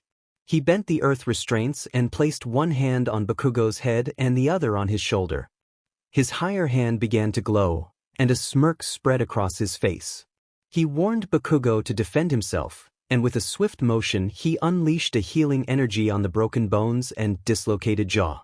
As he did so, a green electricity cloak surrounded him, and he delivered a powerful punch to Bakugo's stomach, knocking the wind out of him. Teleporting behind Bakugo, he struck him in the back, targeting a specific vertebra. He then reappeared in front of Bakugo, who was panting heavily, and waited for his reaction, still smirking. Izuku formed a small electric ball in his hand, surrounded by swirling water that resembled shuriken blades. After catching his breath, Bakugo, with a fierce expression, demanded to know what Izuku had done to him. He was genuinely angry and bewildered by the shuriken spinning in Izuku's palm. Izuku taunted him, insisting he hadn't heard Bakugo apologize again. Reluctantly, Bakugo stuttered out an apology, frustrated that he was forced to do so while avoiding eye contact. Izuku, satisfied, smiled warmly and made the shuriken vanish before walking out of the ring. Bakugo, now calmer but confused, wondered what had caused his sudden anger. The announcer declared that Izuku was out of bounds, and Bakugo had won. The crowd was stunned, unable to react to Bakugo's unexpected display of vulnerability. Even Bakugo himself was shocked that he had gone through with it. Izuku casually mentioned that Bakugo would understand what he had done in class the following day, leaving Bakugo puzzled about how Izuku seemed to invade his thoughts. Cementos created 3 stair-like platforms, each marked with a place for the winners. All Might arrived with medals and certificates. He announced the 3rd-place winner, Nizu Kaito, awarding him a bronze medal. Next, he proudly announced Izuku as the 2nd-place winner, presenting him with a silver medal. Finally, he declared Bakugo as the 1st-place winner, though his enthusiasm was slightly diminished as he awarded Bakugo the gold medal. As the event concluded, midnight calmly announced the end of the sports festival. The 3 students were instructed to sit in their designated area. Izuku's phone rang and he answered it, hearing Mr. Uraraka's voice congratulating him on his 2nd-place finish and informing him that Ochaco had woken up but was feeling weak. Izuku reassured Mr. Uraraka that he would visit Ochaco after informing his mother and seeking permission from Aizawa. Aizawa, overhearing, grumpily allowed Izuku to leave, noting that he could return if necessary. Grateful, Izuku set off to see Ochaco, feeling the weight of concern for her well-being. He arrived quickly, eager to clear the air between them. He knocked on the door, ready to face whatever awaited him inside. If it's the latter, I may or may not make Toga a hero student. The door opened, revealing Mrs. Uraraka. She welcomed Izuku inside with a warm smile. He thanked her and walked in, taking a seat at the dining table while Mr. Uraraka helped Ochaco out of her room. Mrs. Uraraka joined him, waiting for her husband and daughter. Izuku noticed that Ochaco looked drained, and concern filled his thoughts as he shifted his gaze to Mrs. Uraraka. He politely requested a glass of water, and she quickly got up to fill one. As Ochaco and Mr. Uraraka settled at the table, Mr. Uraraka reassured his daughter that she would feel better soon, placing a comforting hand on her head. Ochaco flinched slightly at the touch, but her eyes began to open, and her posture straightened. Izuku felt a wave of exhaustion wash over him, struggling to remain upright in his chair. He gulped down the entire glass of water before speaking. He confessed to Mrs. Uraraka that he had lied about his abilities, intending to reveal everything after the sports festival. He explained that he could manipulate earth, water, fire, and air, along with their subcategories. Mrs. Uraraka, puzzled, asked why he had chosen to keep this information hidden. Tears welled in Ochaco's eyes as she turned away from the table, clearly hurt. Izuku revealed that he was the avatar, which allowed him to manipulate energy within Ochaco. Both parents were taken aback, their expressions a mix of disbelief and shock. Mr. Uraraka questioned the validity of Izuku's claim, his voice laced with skepticism. Izuku confirmed that he was indeed the avatar, urging them to look at L for proof. He explained that he was too drained to delve into the legend's details but emphasized the danger he faced, as there were people who would want to harm the avatar. Mrs. Uraraka, visibly shaken, asked what had happened. Izuku explained that Ochaco had been upset by his deception, feeling betrayed by her best friend. He glanced at Ochaco, who looked at him with wide eyes, silently asking how he knew her feelings. He admitted to being an earthbender and explained that he could sense her thoughts through a cosmic connection. Concerned, Mrs. Uraraka asked if he was okay, noticing his fatigue. Mr. Uraraka echoed her concern, suggesting that Izuku needed rest. Izuku reassured them that he had taken responsibility for healing Ochaco and would keep his promise, but he decided to call his dad for a ride home. When his father answered, Izuku asked if he was on duty. His father, excited about the sports festival, congratulated him before agreeing to pick him up. After hanging up, Izuku turned to Ochaco, apologizing for lying and expressing the need to check on her well-being. Feeling embarrassed and upset, Ochaco encouraged him to ask his questions. As he went through his mental checklist, he confirmed that she was fine. Just then, his father arrived, and an exhausted Izuku greeted him. As he leaned against the car, he suddenly collapsed, face first, and passed out. Hizashi, Izuku's father, had come to pick him up. He was surprised to find Mr. Uraraka supporting Izuku, who looked extremely fatigued. After a brief exchange, Mr. Uraraka explained that Izuku had helped Ochaco after her match, healing her but exhausting himself in the process. Hizashi promised to ensure Izuku got the rest he needed and thanked Mr. Uraraka for looking after his son. Once home, Hizashi placed Izuku on his bed, ready to let him rest and recover. Ochaco couldn't comprehend the whirlwind of emotions she was experiencing. It was evident that her best friend, Izuku, did not intend to lie or hurt her. While she wasn't particularly skilled at reading emotions, she could sense his genuine remorse and felt he would have explained everything if given the chance. Two facts stood out clearly to her. First, Izuku was an incredibly kind person, and she cared deeply for him. Second, her feelings toward him were becoming increasingly complicated. On one hand, she trusted his honesty and kindness. On the other, she feared that this situation might jeopardize their friendship. Yet, she also recognized that people could grow and change due to their quirks. Despite knowing he had reasons for his actions, she felt hurt, but the warmth she felt when he came to apologize after she woke up was undeniable. As the day progressed, these thoughts lingered in her mind until she received a text from Izuku. He expressed his apologies for the awkwardness and wanted to talk whenever she was free. He acknowledged that he might have hurt her and had a request to make it up to her. Ochaco responded positively, suggesting they hang out the next day to help each other with their shifting tasks, as they needed to move into their dorms soon after the sports festival. Izuku seemed relieved and grateful for her understanding, and they agreed to meet at 11 a.m. She felt a bit awkward about the earlier situation but was determined not to let it ruin their friendship. After ending the conversation, she got up from her bed and walked into the living room, where she found her mother on the phone, looking surprised. Her mother informed her that Katsuki Bakugo was on the line, asking about her well-being. Initially skeptical, Ochaco took the phone, curious about what Bakugo had to say. To her surprise, he spoke in a softer tone, apologizing for his earlier aggression during their confrontation. It seemed that Izuku had encouraged him to reach out, which made sense to her. Ochaco assured Bakugo that she was fine, thanks to Izuku's help, and expressed her surprise at his concern. Bakugo admitted he was trying to improve himself, acknowledging how he had treated others poorly in the past.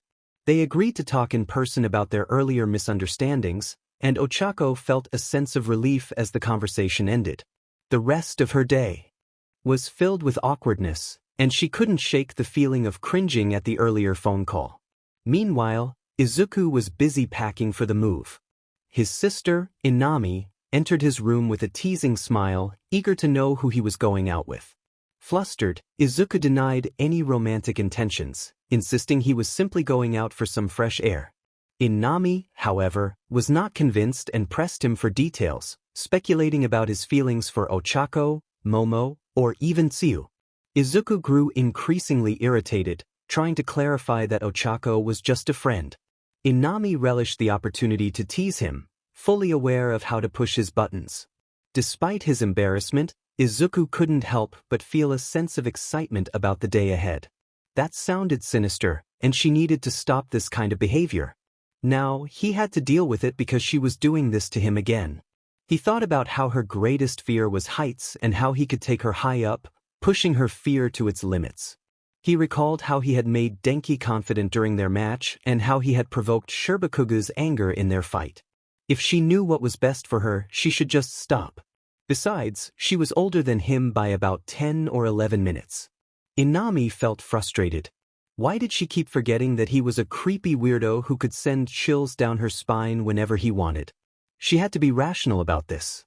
Of course, she would not do that anymore. She yelled a quick goodbye as she hurried out of his room. The last time she had broken his L figurine, he had lifted her 600 feet into the air. She wasn't about to mess with him again. How was he so confident, though? He should have been a stuttering mess. As they walked back to the park, one of them expressed their desire to be a hero, loving the feeling of seeing people smile and wanting to give hope to others. However, Ochaco suddenly felt unwell, her head spinning. She agreed to go home, and he offered to carry her on his shoulders as he took to the skies. They reached a good height when Ochaco mentioned that her parents were not going to be home, as they were at an out-of-state construction site. As she spoke, he felt the weight on his shoulders lighten. When he landed, he found himself with a 5-year-old Ochaco on his back, who was crying. He felt a pang of sadness as he tried to comfort her, asking what had happened. She was confused and scared, wondering where she was and what had happened to Daishiro. He reassured her that everything was fine and introduced himself as Izuku Midoriya, her best friend. She looked up at him, surprised that he wanted to be her friend. He reminded her that they were not strangers since they knew each other's names. Excited, she agreed to be friends, and he suggested they go for mochi, her favorite sweet. At a cafe, he ordered green tea and strawberry mochi for her. As she enjoyed her treat, he asked her what she remembered before they met. She recalled using her quirk on Daishiro by mistake, unable to control it. He explained that they were in the current year, and she realized she had somehow traveled to the future, but he clarified that she was actually 5 years old now because something had happened to her 15-year-old self. She was curious about her school and expressed her desire to be a hero. He confirmed that they both attended UA High School, and she eagerly wanted to go there. When they arrived, she marveled at how big and impressive the school looked. As they entered the dorm building, she noticed clothes floating and tugged on his pants, her eyes wide with wonder. He called out to Hagakure, who was surprised to see little Ochaco and exclaimed how cute she looked. Ochaco, however, insisted that she did not like being called Uraraka. Both of them found her adorable. Hagakure introduced herself and explained that her invisibility was due to her quirk. Little Ochaco looked up at him, eager to know what had happened. Ochaco looked adorable, and Izuku couldn't help but smile at her. He explained that they had helped a small girl find her mother in the park, which led to the unexpected situation. He had come to see Arie to ask if she would return to her normal self. If not, he would have to track them down. Ochaco expressed her desire to keep doting on the girl but acknowledged that seeing Arie took priority. As they began to leave the dorm buildings, they spotted Monoma approaching. Izuku braced himself, knowing how annoying Monoma could be with his constant bragging about Class 1B. Monoma's voice rang out, filled with mockery as he pointed out that another Class 1A student was in trouble, claiming it was proof that Class 1B was superior. Ochaco, feeling frightened, hid behind Izuku, clutching his leg and pointing at Monoma. Suddenly, Izuku felt her arms slide up his body, and when he turned around, he was met with the sight of a 15-year-old Ochaco hugging him from behind. His face turned bright red. Ochaco quickly apologized, flustered by her actions. Izuku reassured her that it was fine, though part of him wished she hadn't let go. He asked if she remembered anything, and she admitted that her memories were somewhat grim. She explained that she struggled to control her quirk until she was 6 or 7, which led to some unfortunate experiences that made it hard for her to make friends. Izuku suggested they shift gears and head inside. Ochaco agreed, mentioning she had her keys and could grab her things. They made their way back to the dorm building, where they found a notice board with an important announcement about new roommate pairings. The notice detailed the changes in the dorm system, stating that everyone would now have a roommate. Izuku felt a mix of emotions as he read the list, especially when he saw that he would be sharing a room with Ochaco. He couldn't help but feel a surge of confidence as he addressed her by her preferred name. As they settled in, Izuku pondered the quirks of their homeroom teacher, Aizawa, who had made some questionable decisions regarding the new pairings. He was still mulling over this when he spotted Mirio Togata approaching. Mirio called out to Izuku, and he turned to greet him with a smile. After introductions were made, Mirio's demeanor shifted to seriousness, and he requested a private conversation with Izuku. Ochaco sensed the tension and stepped away, leaving the two boys alone. Mirio suggested they take a walk to discuss the Shai Hasaikai mission, and Izuku, sensing the gravity of the situation, agreed. He was curious about how Mirio knew about the mission and what information he had. Izuku was aware that Hawks, Ryukyu, Sir Night Eye, and Fat Gum were involved in the mission, and only a few people knew about it. He asked how much information was available from the reports. The response indicated that there were fake quirks, quirk erasing and quirk-enhancing drags being developed, made from human tissues, alongside some bizarre biochemical experiments that remained a mystery. Curiosity piqued, Izuku inquired about the next steps. Just then, he was interrupted by Ochaco, who emerged from an alley with a concerned expression. She approached them, apologizing for following. She had overheard Izuku mention the Shai Hasaikai case and felt compelled to learn more. Before they could continue, two children rushed toward them, one with light blue-gray hair and the other with Prussian blue. The girl clung to Midoriya, while the boy embraced Izuku tightly, both clearly frightened.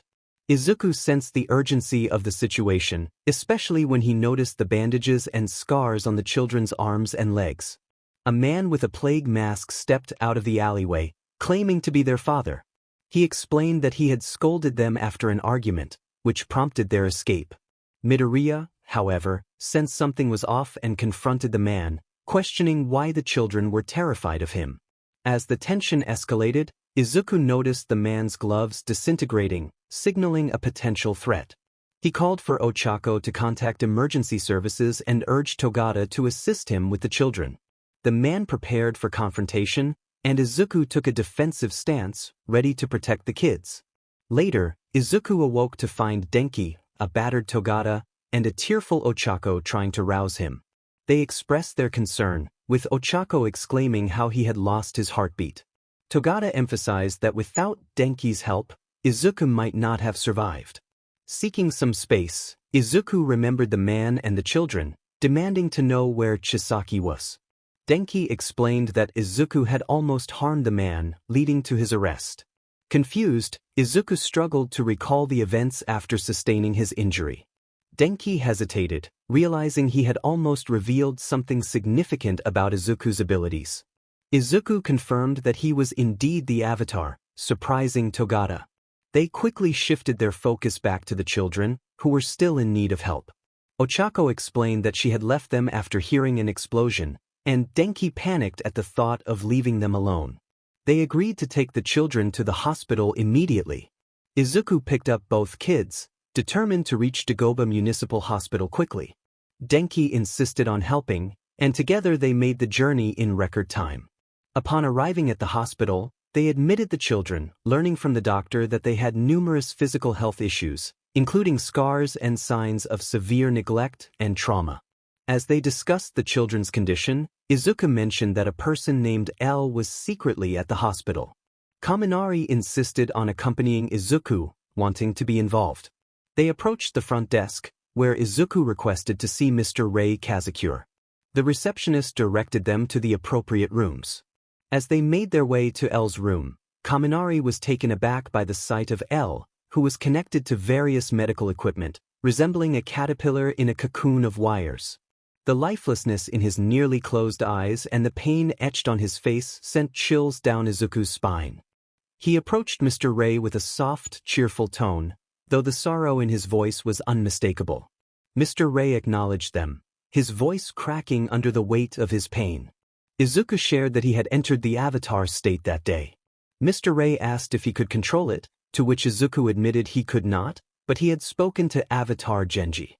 Mr. Rei was taken aback by this revelation, and Izuku explained that it was rare for an Avatar without control to maintain their mind and not succumb to chaos. He added that the previous Avatars could communicate or take over during such moments. Curious, Mr. Rei inquired about what else Genji had told him. Izuku revealed that a great threat had awakened and that he needed to stay vigilant. Mr. Rei asked why Izuku had entered the Avatar state, and Izuku recounted their confrontation with the Yakuza leader who had taken 2 children hostage. He had entered the state when Denki had been gravely injured, but Denki had managed to heal himself. Izuku listened intently, feeling the emotional weight of the situation. As they discussed heavy topics, Mr. Rei shifted the conversation. He asked about Izuku's training, and Izuku proudly shared his progress, mentioning his ability to generate immense electrical power and improvements in his bending skills. Mr. Rei expressed his approval, noting how much he cared for them. Izuku then learned that Mr. Rei might be leaving soon, prompting him to ask if he could visit more often. Mr. Rei's playful inquiry about Izuku's romantic interests brought a mix of embarrassment and frustration. Just then, a nurse entered, signaling the end of visiting hours. Izuku bid farewell to Mr. Rei, feeling a tear welling in his eye as they left the room. As they exited the hospital, Izuku felt a hand grip his wrist. It was Ochaco, who confronted him about meeting with Mr. Rei. Despite his attempts to deny it, she could see through his facade. She insisted on being there for him, recognizing his sadness. Izuku expressed his need for space, burdened by the truth he had to share with his family. Ochaco, however, was determined to support him. She hugged him tightly, prompting him to break down in tears. He questioned why things had to be so difficult and why he couldn't find peace. She encouraged him to talk, but he felt unable to do so until he had addressed his guilt. Reluctantly, he agreed to let her accompany him home. When they arrived, his mother greeted them with excitement, but her expression shifted upon seeing Izuku's distressed face. He asked to talk, his voice heavy with emotion. His mother invited them in, and they waited for his father to join them. When his father appeared, he immediately noticed Izuku's troubled demeanor. Izuku asked his father to sit down, preparing to reveal the truth about his powers and Mr. Rei. He explained that his abilities were different from what they had always thought of as his quirk. His mother grew suspicious at his choice of words, prompting Izuku to declare that he was quirkless. The sister, Inami, protested, insisting that he emitted fire and thunder. Izuku clarified that he was a quirkless bender, specifically the Avatar. His mother seemed unfazed, which surprised both Inami and their father, who questioned her knowledge of this possibility. Mom confirmed her doubts, maintaining the same tone she had used earlier. Dad, calming down a bit, questioned why they hadn't been informed sooner. Mom explained that it was merely a possibility and that it was just a myth, not a confirmed fact. Inami interjected, expressing disbelief at the idea that Izuku was the avatar and that L had retired some time ago, suggesting that L was a previous avatar. Mom clarified that Izuku was a carrier of Rava, not an avatar. Ochaco knew mainly because she had overheard Mom talking to L. Nizu was a waterbender, Zora was an earthbender, and Ochaco had strong but dormant waterbender genes. Dad asked why Mom seemed so depressed, prompting Izuku to lift his head and reveal his tear-streaked face. He began to speak, his voice trembling as he expressed his fears about Mr. Ray.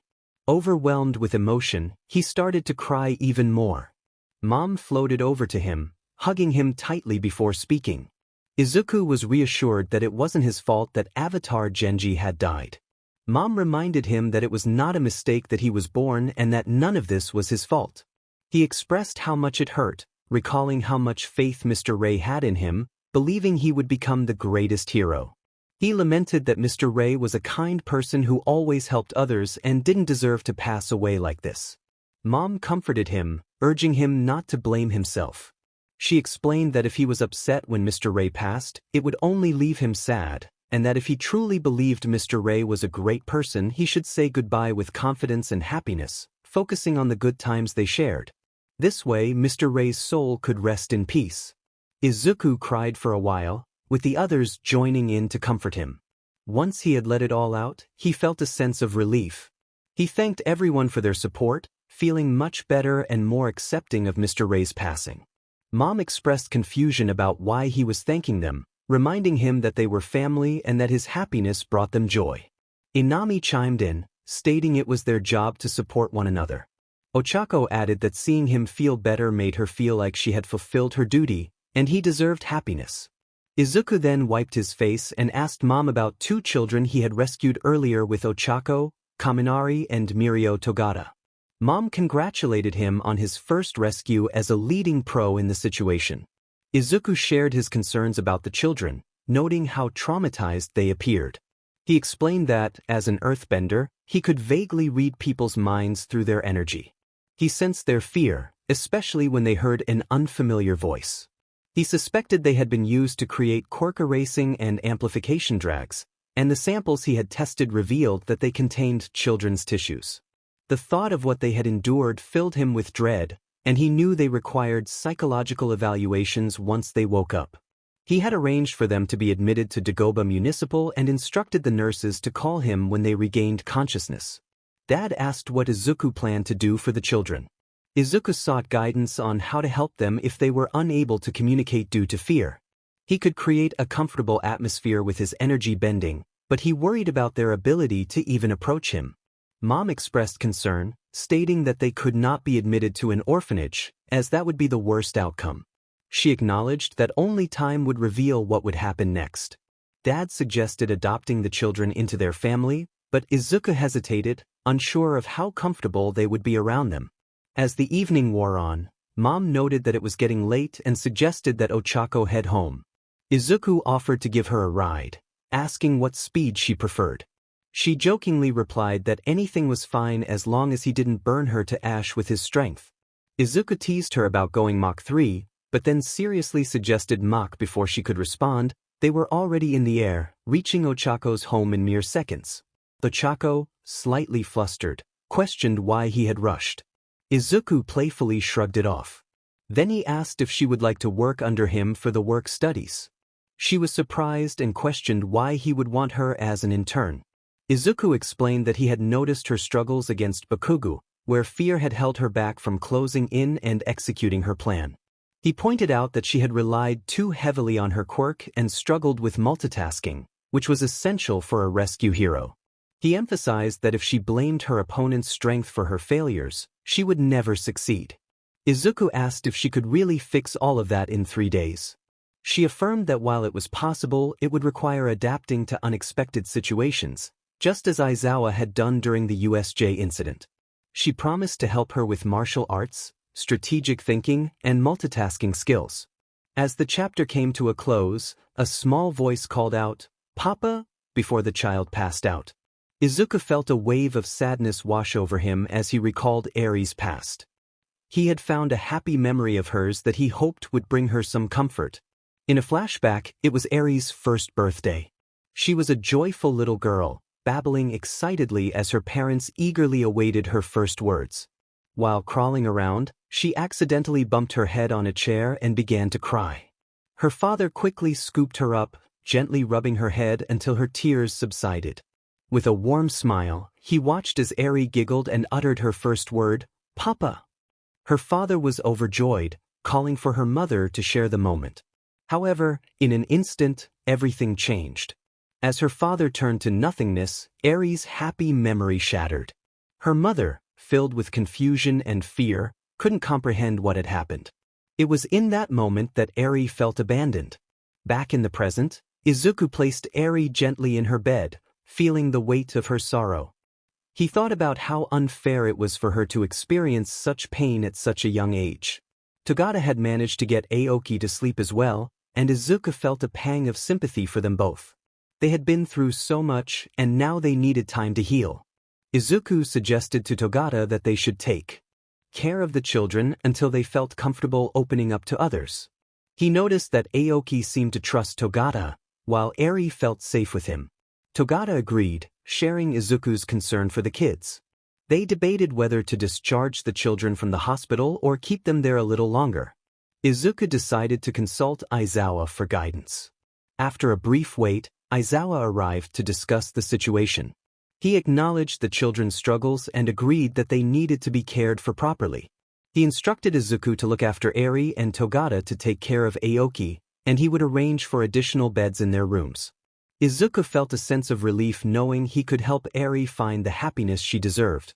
Aizawa decided they could stay at the hospital for one more night, and he would work on getting permission for them to move to UA the next day. After the meeting, Izuku and Ochaco headed to his house to seek his parents' consent. When they arrived, his father was surprised to see them.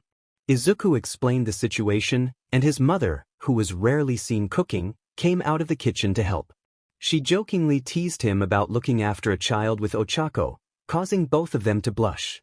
After a brief moment of embarrassment, his mother agreed to write the consent letter. Once they had the letter, they visited Ochaco's home before returning to their dorms for the night. Izuku woke early the next morning to train, completing a run and a rigorous workout before Bakugo entered the room. Bakugo expressed his frustration about his personality changes, and Izuku playfully agreed to help him return to his former self. After a quick shower, Izuku dressed in his school uniform and prepared to pick up Arie and Aoki from the hospital. He found Togata already there when he arrived, and to his relief, the children were awake and calm. He greeted them warmly, introducing himself and his friends. Togata cheerfully informed Arie and Aoki that they would be moving in with them. Aoki questioned why they would want to take care of them, expressing doubt about their worth. Arie echoed his concerns, but Izuku reassured them that they both deserved happiness and that they meant a lot to him and his friends. When he looked at the two children, he saw nothing but innocence and immense potential. He expressed his thoughts, and Aoki appeared surprised by the compliment. Togata, maintaining his cheerful demeanor, suggested they give the children a ride to school. He excitedly asked Aoki and Arie if they wanted to fly. Arie, still wearing a frown, agreed. Togata picked up Aoki and placed him on his shoulder, encouraging him to hang on tight. He then turned to Ochaco and asked if she could make her own way to school. She insisted that he drop Arie off first and then return for her. He sighed, knowing she wouldn't let him refuse. He lifted Arie onto his shoulder, telling her to hold on as they left the hospital. As he flew toward the school, he noticed Togata jumping from rooftop to rooftop, surrounded by crackling energy. He kept his pace slow to ensure Arie felt safe and could enjoy the ride. Checking his watch, he noted that he still had about half an hour before class started. After dropping Arie off, he returned to Ochaco, and they made their way to their dorm room. Upon entering, he greeted Arie, apologizing for being late and asking if she was hungry. She nodded and ran to him, a bit nervous. They then picked up Aoki from Togata's room, as he had some work to finish. He inquired about what they wanted to eat, and the children responded with simple requests for apples and bananas. He pointed out that those wouldn't fill them up much and decided to make them a proper meal. He asked Ochaco what she would like, and she excitedly suggested tamagoyaki, onigiri, and miso soup. He agreed, and they headed to the kitchen. As he began preparing the tamagoyaki, Ochaco started steaming rice for the onigiri. They asked Arie and Aoki to sit at the table while they cooked. Once the rice was steaming, Ochaco chopped vegetables for the miso soup. He prepared 3 tamagoyaki and served one to each child and one to Ochaco, taking over the miso soup while they ate. Ochaco exclaimed how delicious the food was, and he felt pleased to hear her enjoyment. He checked in with Arie and Aoki, who were still figuring out how to eat. Aoki asked how to eat the tamagoyaki, prompting him to ask Ochaco for help. She eagerly demonstrated the process, guiding them through each step. Once the miso soup was ready, he poured it into bowls, and Ochaco distributed them. She expressed her delight at his cooking, playfully suggesting he should do it every day. He assured her that he would happily cook for them as long as they enjoyed it. Arie and Aoki confirmed that the food was very good, and he reassured Aoki that they wanted what was best for them. After finishing their meal, he informed the children that they would be going shopping after class. They were curious about what shopping meant, and he sighed at their innocence. Since they didn't have Togata's key, they left the children in their room to play together. Realizing they had lost track of time, he and Ochaco hurried to ensure they arrived at class on time. They made it just as class was about to begin. Aizawa introduced a new classmate who had transferred from general education and gave Midoriya a few minutes to speak. He had informed Aizawa about his powers the night before, hoping to use the time effectively. As he walked to the front of the class, he sensed Bakugo's confusion about the new student's presence. At the teacher's desk, he called out to Zora and Nizu, who tossed him a rock and a bottle of water. He began to explain his powers, demonstrating his ability to produce fire and lightning while manipulating wind, rocks, and water. He showcased his skills, bending the water into various shapes and forming the rock into different structures. He revealed that he was the Avatar, which left most of the class in shock. He clarified how he had helped Bakugo over the past few days through energy bending and explained the technique he used to create the Rasengan. Denki chimed in, confirming the accuracy of the legend surrounding his abilities. I have firebender origins, Nizu is a waterbender, and Zora is an earthbender. Momo quickly pieced together the information and realized that the outburst at the entrance exam was the Avatar state. Yes, the speaker explained, sharing this because they had almost completely mastered most of their abilities, and the unspoken one might be about to strike. After a moment of chaos, Aizawa declared it was time to quiet down. Midnight then entered the classroom. Good morning, class, she began, apologizing for the overwhelming information. Today, they would be choosing hero names that reflected their personalities and the type of heroes they wanted to be. The names should be subtle yet unique. She shared that Midoriya had consulted her before starting his hero work and chose the name Nozomi to symbolize hope, believing that without hope, people couldn't help themselves or others. The class reacted enthusiastically, with one student exclaiming how manly that was. Aizawa interrupted, reminding everyone to stop fanboying over their classmate.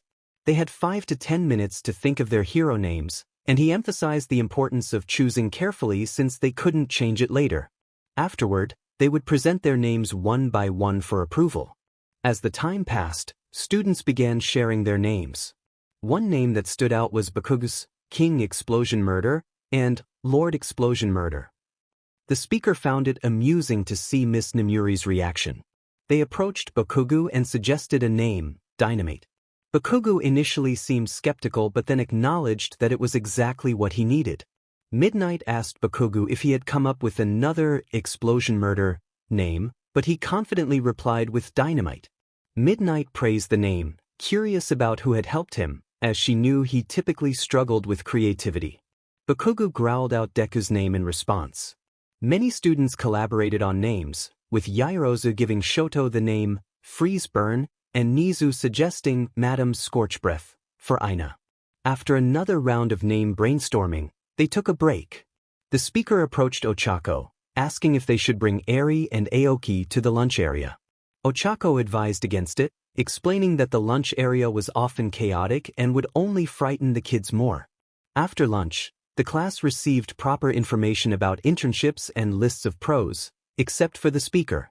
They then had a session of physical training with Aizawa before the day ended. The students were reminded to inform Aizawa of their internship choices before 5 o'clock. Gratefully, Ina, Nizu, and Ochaco were supportive of the speaker's efforts. Since they were behind on hero work, the speaker dedicated the entire day to intense training. Ochaco mentioned she would go shopping with Togata for the kids while the speaker continued working. When the speaker returned to the dorm around 10:30, they were grateful for the exception from curfew, as they needed time to complete homework. Arriving back at the dorm, exhaustion hit them, and they longed to collapse onto the bed.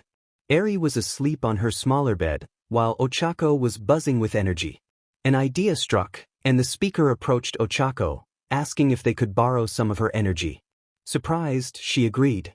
As the speaker drew energy from her, they accidentally slipped into her thoughts, realizing she was flustered by the contact.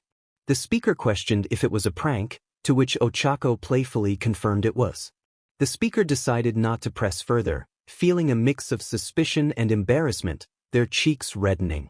After a brief moment, the speaker mentioned they would take a quick bath and encouraged Ochaco to sleep, noting that she must be tired.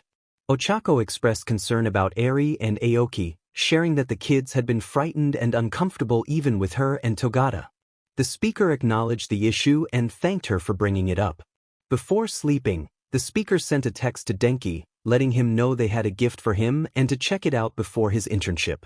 Narrator POV. The next day, everyone from Class A gathered at the airport, preparing to head off to their work-study placements.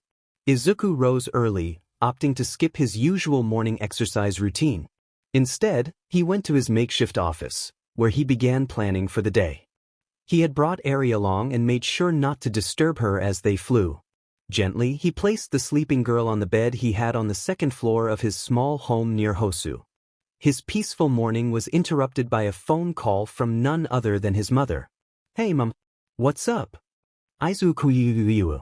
Congratulations on making top 25 in Japan." "What do you mean?"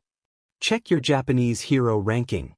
You are a low-tier hero number 24. "Okay, Mom, calm down. Thanks a lot. And please stop yelling. You'll wake Dad, Arie, and the entire city," he said with a hint of humor. "Hey, I don't care. We're throwing a party for you once internships are over." "Alright, sure. Mom, I have some work, so can I call you later?" "Sure." They hung up. When the three arrived, they were welcomed by a cozy little place and, of course, by the adorable Arie. Izuku began, expressing his intentions clearly. He wanted to establish two important points. First, he was Nozomi here, not Izuku, and second, while he might push them to their limits, it would ultimately benefit them. Inami, slightly confused, responded, "Okay? Anyway, good morning, Nozomi." "Hello to you too, Nozomi." Ochaco chimed in. "Sup," Nizu added simply. Izuku gathered all three of them on the sofa bed. Arie stayed close behind Izuku's leg, having only seen Nizu once before and Inami just a couple of times during a previous visit. "Now, Madam Scorchbreath, what are your weaknesses?" "You know them, Izuku." "No, I do not. Again, I'm not your brother. I'm the elemental hero Nozomi." "What? Okay then. I rely too much on my quirk and get frightened easily. I tend to act impulsively in the heat of the moment. I also believe I should be prepared for various opponents because you never know who you'll face in battle." "Good, you got them all. It's almost like you knew I was going to ask this," Izuku chuckled. "Well, knowing you, I figured you would." "Okay, Aqueductress, your turn." "Yes.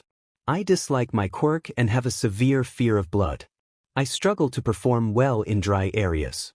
I also lack control over my alter ego when my quirk is overused, especially at night." "Good. Uravity, go ahead." "I lack confidence, reflexes, and the ability to fight hand-to-hand. I'm also not great at multitasking and rely heavily on my quirk." "Nice. Now you three will focus on specific tasks today. Scorch Breath will develop her quirk by pushing her limits with fire production and drawing heat from her surroundings. Uravity will spar with Nizu after completing a worksheet. Once they're done, both will fight. Aqueductress will train with me until Uravity finishes her worksheet. Ah, why do I have to do a worksheet? Ochaco complained. Because when you two are sparring against me, you won't be allowed to talk. That's why you'll complete your sheet, spar with Nizu to understand each other's strategies, and then fight me with your mouth sealed. Any questions? Izuku asked. No, all three replied in unison. Okay, let's start. Izuku handed Ochaco a 5-page worksheet, stapled together. He then created a thermal earth dome with a custom thermometer target board outside the small 2-story building. The target was inside, but the temperature monitor was outside. Inami was to hit the board with all the fire she could muster repeatedly. Meanwhile, Nizu and Izuku began to spar nearby. It's very distracting, so while we fight, I'll call you Nizu, Izuku said, taking an offensive stance. Fine by me. Watch out because I'm not going to hold back. Nizu replied with a smirk. Izuku thought to himself that Nizu tried to act cool, but his energy was too vibrant for that demeanor. Do what you want, I might just pull an unexpected move on you. Izuku said playfully. I know you won't. Nizu shouted as he summoned water from the air. He could draw water from the atmosphere, but he was nowhere near Izuku's level. Izuku could extract nearly 90% of the water from a kilometer radius around him, though the further away it was, the less he could pull. Nizu's technique and skill with water were impressive, but Izuku focused solely on water bending during their mash. Izuku was reminiscent of Kakashi during the bell test, effortlessly dodging attacks while remaining focused on his own strategy. Hey Nizu, what happened to not holding back? Izuku teased. Hey, it's not my fault I can't pull much water from the atmosphere. I don't have enough to work with. Then why not try this? Izuku exclaimed, manipulating the water in Nizu's right arm. It twisted and turned, leaving Nizu momentarily powerless. I swear, Midoriya, what are you trying to do? Nizu shouted, fear evident in his voice. Izuku simply replied, just fixing a little something, as he continued to control Nizu's other arm as well. If the person whose blood is being manipulated tries to resist by bending their own blood, they will regain control over their bodies. Izuku confronted Nizu, expressing his frustration. He believed Nizu had once found this ability repulsive, questioning what had changed. Nizu's arms dropped to his sides as Izuku released his control. Izuku pressed on, asking what Nizu would do if many lives were at stake. Would he resort to something he despised to save them, or would he let them perish? Nizu insisted he would find other ways to help, declaring he would never use that ability again. Izuku reminded him of the incident at USJ, where Nizu had used that very power to save Aizawa and himself. Nizu argued that it was different, but Izuku challenged him further. He explained that many lives could be saved if Nizu viewed his ability as a strength rather than a curse. Nizu revealed his pain, sharing that his parents had abandoned him because of it.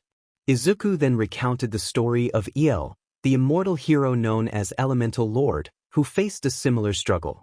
His master, Avatar Genji, had suffered a terrible fate, and El had initially seen his powers as a curse.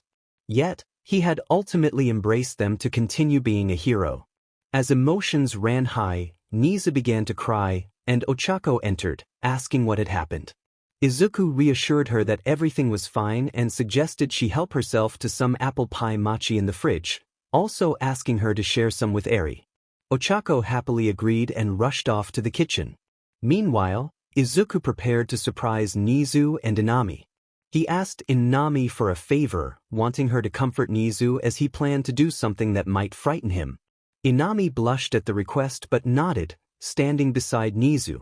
Izuku retrieved a small scalpel-like blade from his pocket, warning them not to question his actions. Nizu's expression turned to one of horror as Izuku made a small cut on his arm, causing Nizu to grip Inami's hand tightly. Izuku urged Nizu to remain calm, demonstrating his ability to control his blood and heal himself with a complex technique he had developed. He explained that this ability could be a blessing if Nizu allowed it.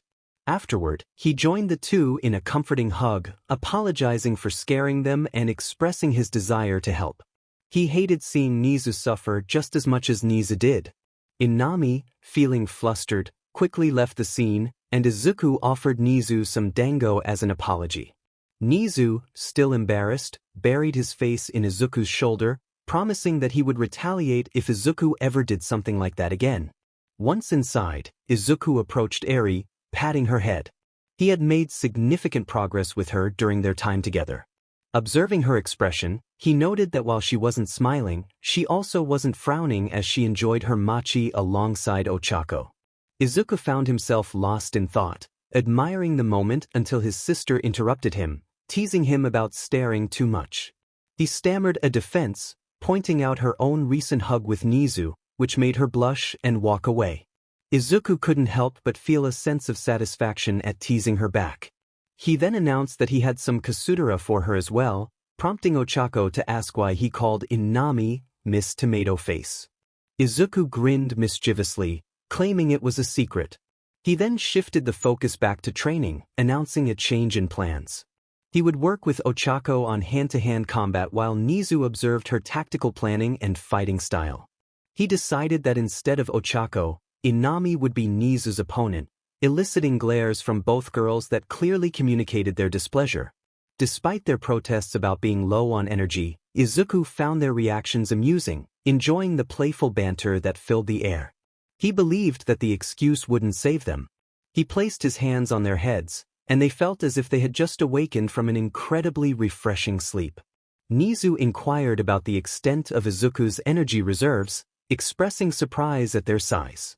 Izuku explained that he had just replenished both Nizu and Aina and could do so several more times before tiring. Nizu, feeling somewhat defeated, muttered about his own energy levels. Izuku dismissed his complaints and then Arie, with innocent curiosity, asked if she could join them. Izuku affectionately called her Snowball, and she embraced him tightly in gratitude, which he brushed off, reminding her that he was like an older brother to her. As they reminisced about the past, Ochaco and Inami couldn't help but coo over Arie's cuteness, much to Izuku's amusement. He encouraged them to focus on their training instead. After some time, they returned to the training ground. Izuku had prepared a crate of water for Nizu and adjusted the temperature to create a challenging environment. He positioned Ochaco and himself at a safe distance, allowing them to observe while providing tips to both fighters. Izuku pushed Ochaco to learn multitasking, aware that it would be difficult for her. Surprisingly, she showed enthusiasm for the martial arts training, even if she struggled to keep up with Nizu's fighting style. As they sparred, Izuku continued to heal and energize them. By the end of the day, Ochaco had made significant progress in her reflexes, although her fighting style still needed work. After a long day, Izuku treated them to a meal, celebrating their advancements. Nizu was beginning to overcome his fear of blood, Inami was improving her fire resistance and abilities, and Ochaco was enhancing her reflexes. Exhausted, they all collapsed into their beds. They decided that Nizu and Izuku would share the bed upstairs, while Arie, Ochaco, and Inami would sleep on the sofa bed, which was slightly larger. In the middle of the night, Izuku was awakened by a weight on him. It was Arie, who appeared frightened.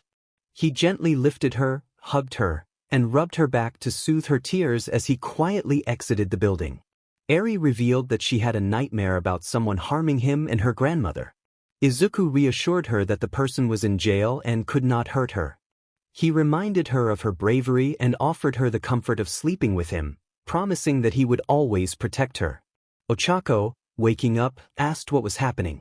Izuku explained that Arie had a nightmare, and Ochaco offered her support.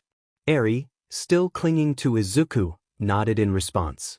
They settled back to sleep, and when morning came, Izuku was relieved to find that Arie had not experienced any more nightmares. After everyone freshened up, training commenced.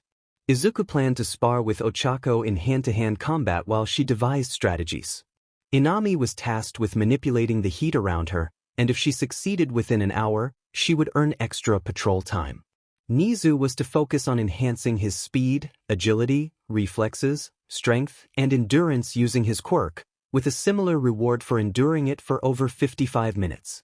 Nizu grumbled in response, expressing his frustration with the training regimen. Ochaco expressed her frustration, wondering why she had no option for extra patrol. Izuku explained that she would automatically receive the maximum patrol time. With a playful smirk, Inami leaned close to Izuku and whispered something only he could hear, teasing him about bias. Izuku, flustered, told her to be quiet. As they began their training, Izuku outlined the steps for Inami. First, she would learn to extract heat from water, then from a wet cloth soaked in hot water. Meanwhile, Nizu would focus on enhancing his speed and agility, followed by testing his strength against various boulders. Throughout this, Izuku reminded them to keep their quirks in check, ensuring Nizu wouldn't dominate the training. He then pulled Ochaco along with him, preparing to start their session. Izuku wanted to assess how much progress Ochaco had made since their last training. She was free to attack or hold back. Ochaco contemplated her strategy against Bakugo, admitting that she would avoid provoking him directly to tire him out before making her move. Izuku acknowledged her approach but cautioned that Bakugo wouldn't easily lose control. He emphasized the importance of having a defensive strategy in place. 20 minutes into the training, Inami excitedly demonstrated her ability to draw heat from the water, surprising Izuku with her quick progress. Ochaco, meanwhile, was becoming more comfortable with the techniques he had shown her. As they continued, Nizu expressed a desire to work on his reflexes, as his quirk granted him significant speed and strength, making it challenging to react swiftly. Izuku noted that Inami had yet to show him the cold wet towel, which he had expected her to complete quickly after mastering the water technique. He asked Ochaco to observe their sparring session, confident in his and Nizu's hand-to-hand skills. He noticed that Ochaco was beginning to grasp the fighting style he had introduced her to. Arie sat in Ochaco's lap, growing more at ease around her. Nizu maintained his use of his quirk throughout their training, while Izuku activated his thunder cloak to enhance his speed and strength. He had recently discovered how to control the cloak's electric discharge, allowing him to benefit from its power without harming others. As they sparred, each attack was met with a swift defense, and Izuku managed to land a few hits. However, it was evident that Nizu struggled to control his speed effectively. After 55 minutes, Izuku was surprised that Inami was still engaged in her training. He called out to Nizu, who, overwhelmed, requested to be knocked out. Izuku complied, sensing the guilt and fear in Nizu's eyes just as Inami approached, visibly upset. Inami questioned Izuku's decision to knock Nizu out, not understanding why anyone would ask for such a thing.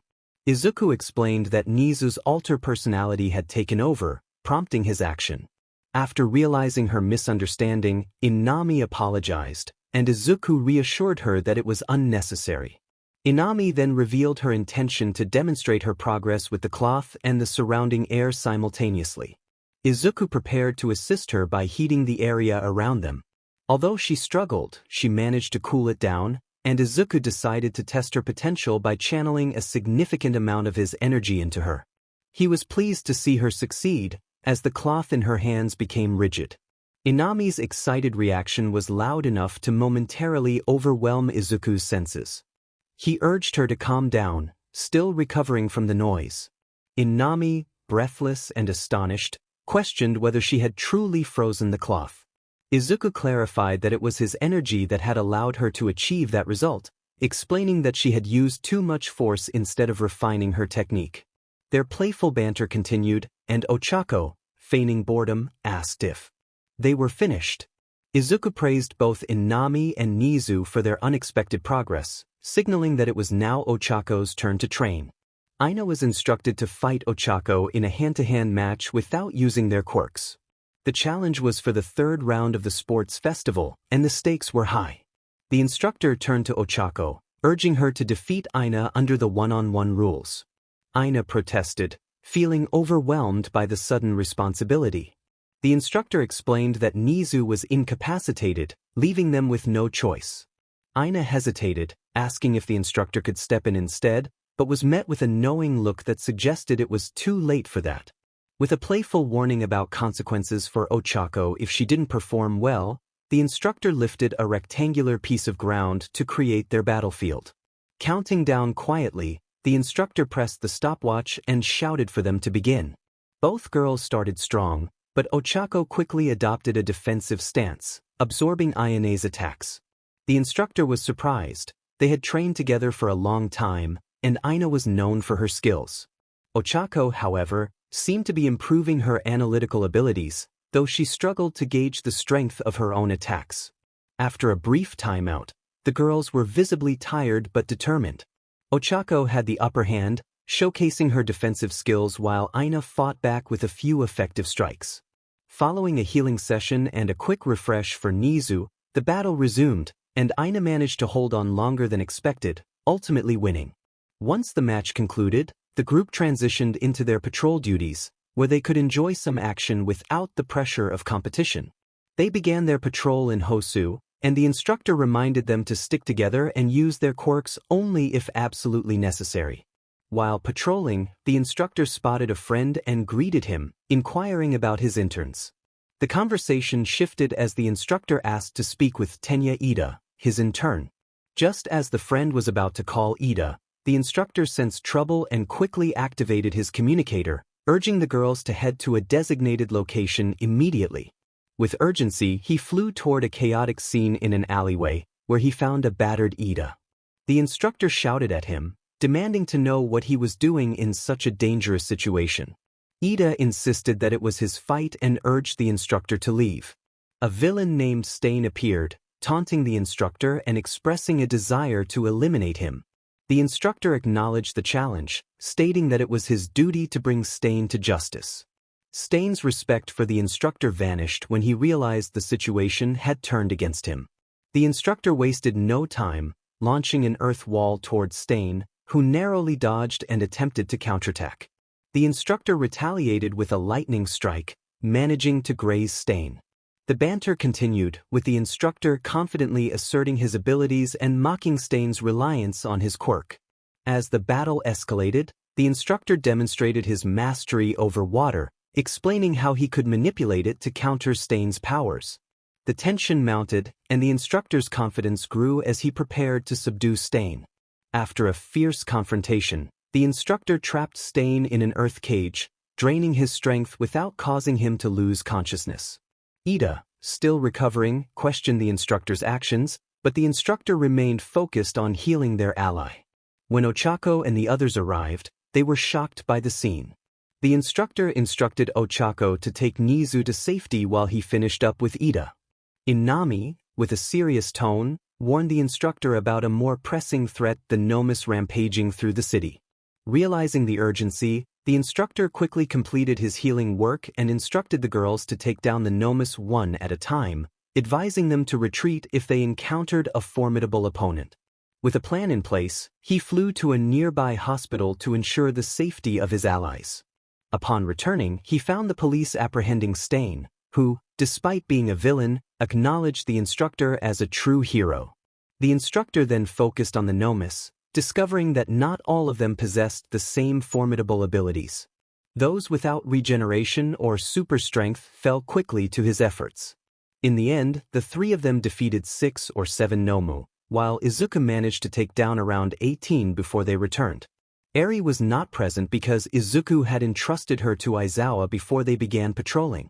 He believed it was best for her to stay at UA with her friend and Togata while he completed his internships. Izuku appreciated the team's hard work, and while they ate on his bed upstairs, Inami picked up her phone. Sitting beside her, he noticed an unread message from their mother, and his heart sank at the thought of the trouble she might cause him. The message read, "Hey Aina, I had something for you, a gift, so to speak. Click this link to see what I mean." Izuku recognized the link directed to the Hero Ranking official website. He felt a wave of despair wash over him, questioning why his own mother would do this to him. He decided to let the narrator take over. The narrator continued, noting that Inami clicked on the link, her eyes widening in shock as she processed the information. A sly grin spread across her face as she exclaimed her discovery. She revealed the Hero Ranking page, and Izuku shot her a warning look that clearly conveyed his displeasure. When she announced his ranking as 23rd in Japan, Izuku felt overwhelmed and knocked himself out to escape the impending teasing. He awoke to cold water splashing on his face, questioning why his mother would resort to such a stereotypical method of waking him. Inami, still flustered, defended her actions, stating that he had knocked out someone she cared about. Izuku seized the opportunity for playful banter, teasing her about her connection with Nizu. Inami, flustered, protested, while Ochaco chimed in with her own sarcastic remarks. Izuku joined in, suggesting that they were oblivious to their feelings for each other, prompting Inami to cover her face and flee downstairs, while Nizu hurried to the washroom. Ochaco then asked Izuku why he had put himself through that. He explained that he was now the 23rd ranked pro hero and that their mother rarely provided them with material for teasing, but when she did, it was always about their weaknesses. Ochaco recalled her own reaction upon discovering the rankings and shifted the conversation to their plans for the next day. An evil smirk appeared on Izuku's face as he conjured a sinister aura, causing Ochaco to stumble back in mock fear. He recounted how Denki had trained relentlessly, breaking his limbs multiple times and healing without sedation, all under Nizu's supervision. Ochaco, now on the floor, was filled with horror at the thought of Izuku's training methods. Izuku declared that he had been training hard for the past 2 days and was ready to put them through a rigorous workout. He then devised a makeshift gym outside, using earth to create weights and exercise equipment. He woke them up early for a 5-mile run, and by the time they returned, they were panting and exhausted. Despite their struggles, Izuku pushed them to continue with their workout, insisting they curl weights and use the treadmill. He replaced the treadmill belt with an ice belt for added challenge, instructing Inami to run while ensuring she wouldn't be able to escape the task. Ochaco protested, but Izuku's determination was unwavering. Inami, initially resistant, found herself unexpectedly propelled onto the treadmill, realizing she had no choice but to comply with Izuku's demands. As he directed Nizu to increase the treadmill's speed, Izuku maintained his authority, reminding them that he was in charge during this training session. The story began with an air of excitement as the characters prepared for the challenges ahead. The atmosphere was charged with anticipation, and everyone was eager to see how events would unfold. As the plot thickened, the dynamics between the characters became more complex, leading to moments of tension and uncertainty. The protagonist found themselves at a crossroads, contemplating their feelings for a close friend. There was a desire for connection, but the fear of complicating their friendship lingered. Meanwhile, another character harbored feelings that added to the emotional turmoil, creating a web of relationships that was both thrilling and fraught with potential conflict. In the midst of these personal struggles, action erupted as the characters faced formidable adversaries. The battles were intense, showcasing their skills and determination. Each clash was filled with energy, as they fought valiantly to protect what mattered most to them. The stakes were high, and the outcome of these confrontations would shape their futures. As the story progressed, the protagonist's resolve was tested. They had to confront their fears and insecurities, pushing themselves to grow stronger. The bonds between friends were highlighted, emphasizing the importance of support and understanding in overcoming challenges. With each chapter, the narrative built toward a climactic moment, where choices would have lasting consequences. The characters were on the brink of transformation, and the path they chose would lead to either resolution or further complications in their relationships. The journey was far from over, and the excitement of what lay ahead kept everyone on the edge of their seats, eager for the next installment in this captivating tale.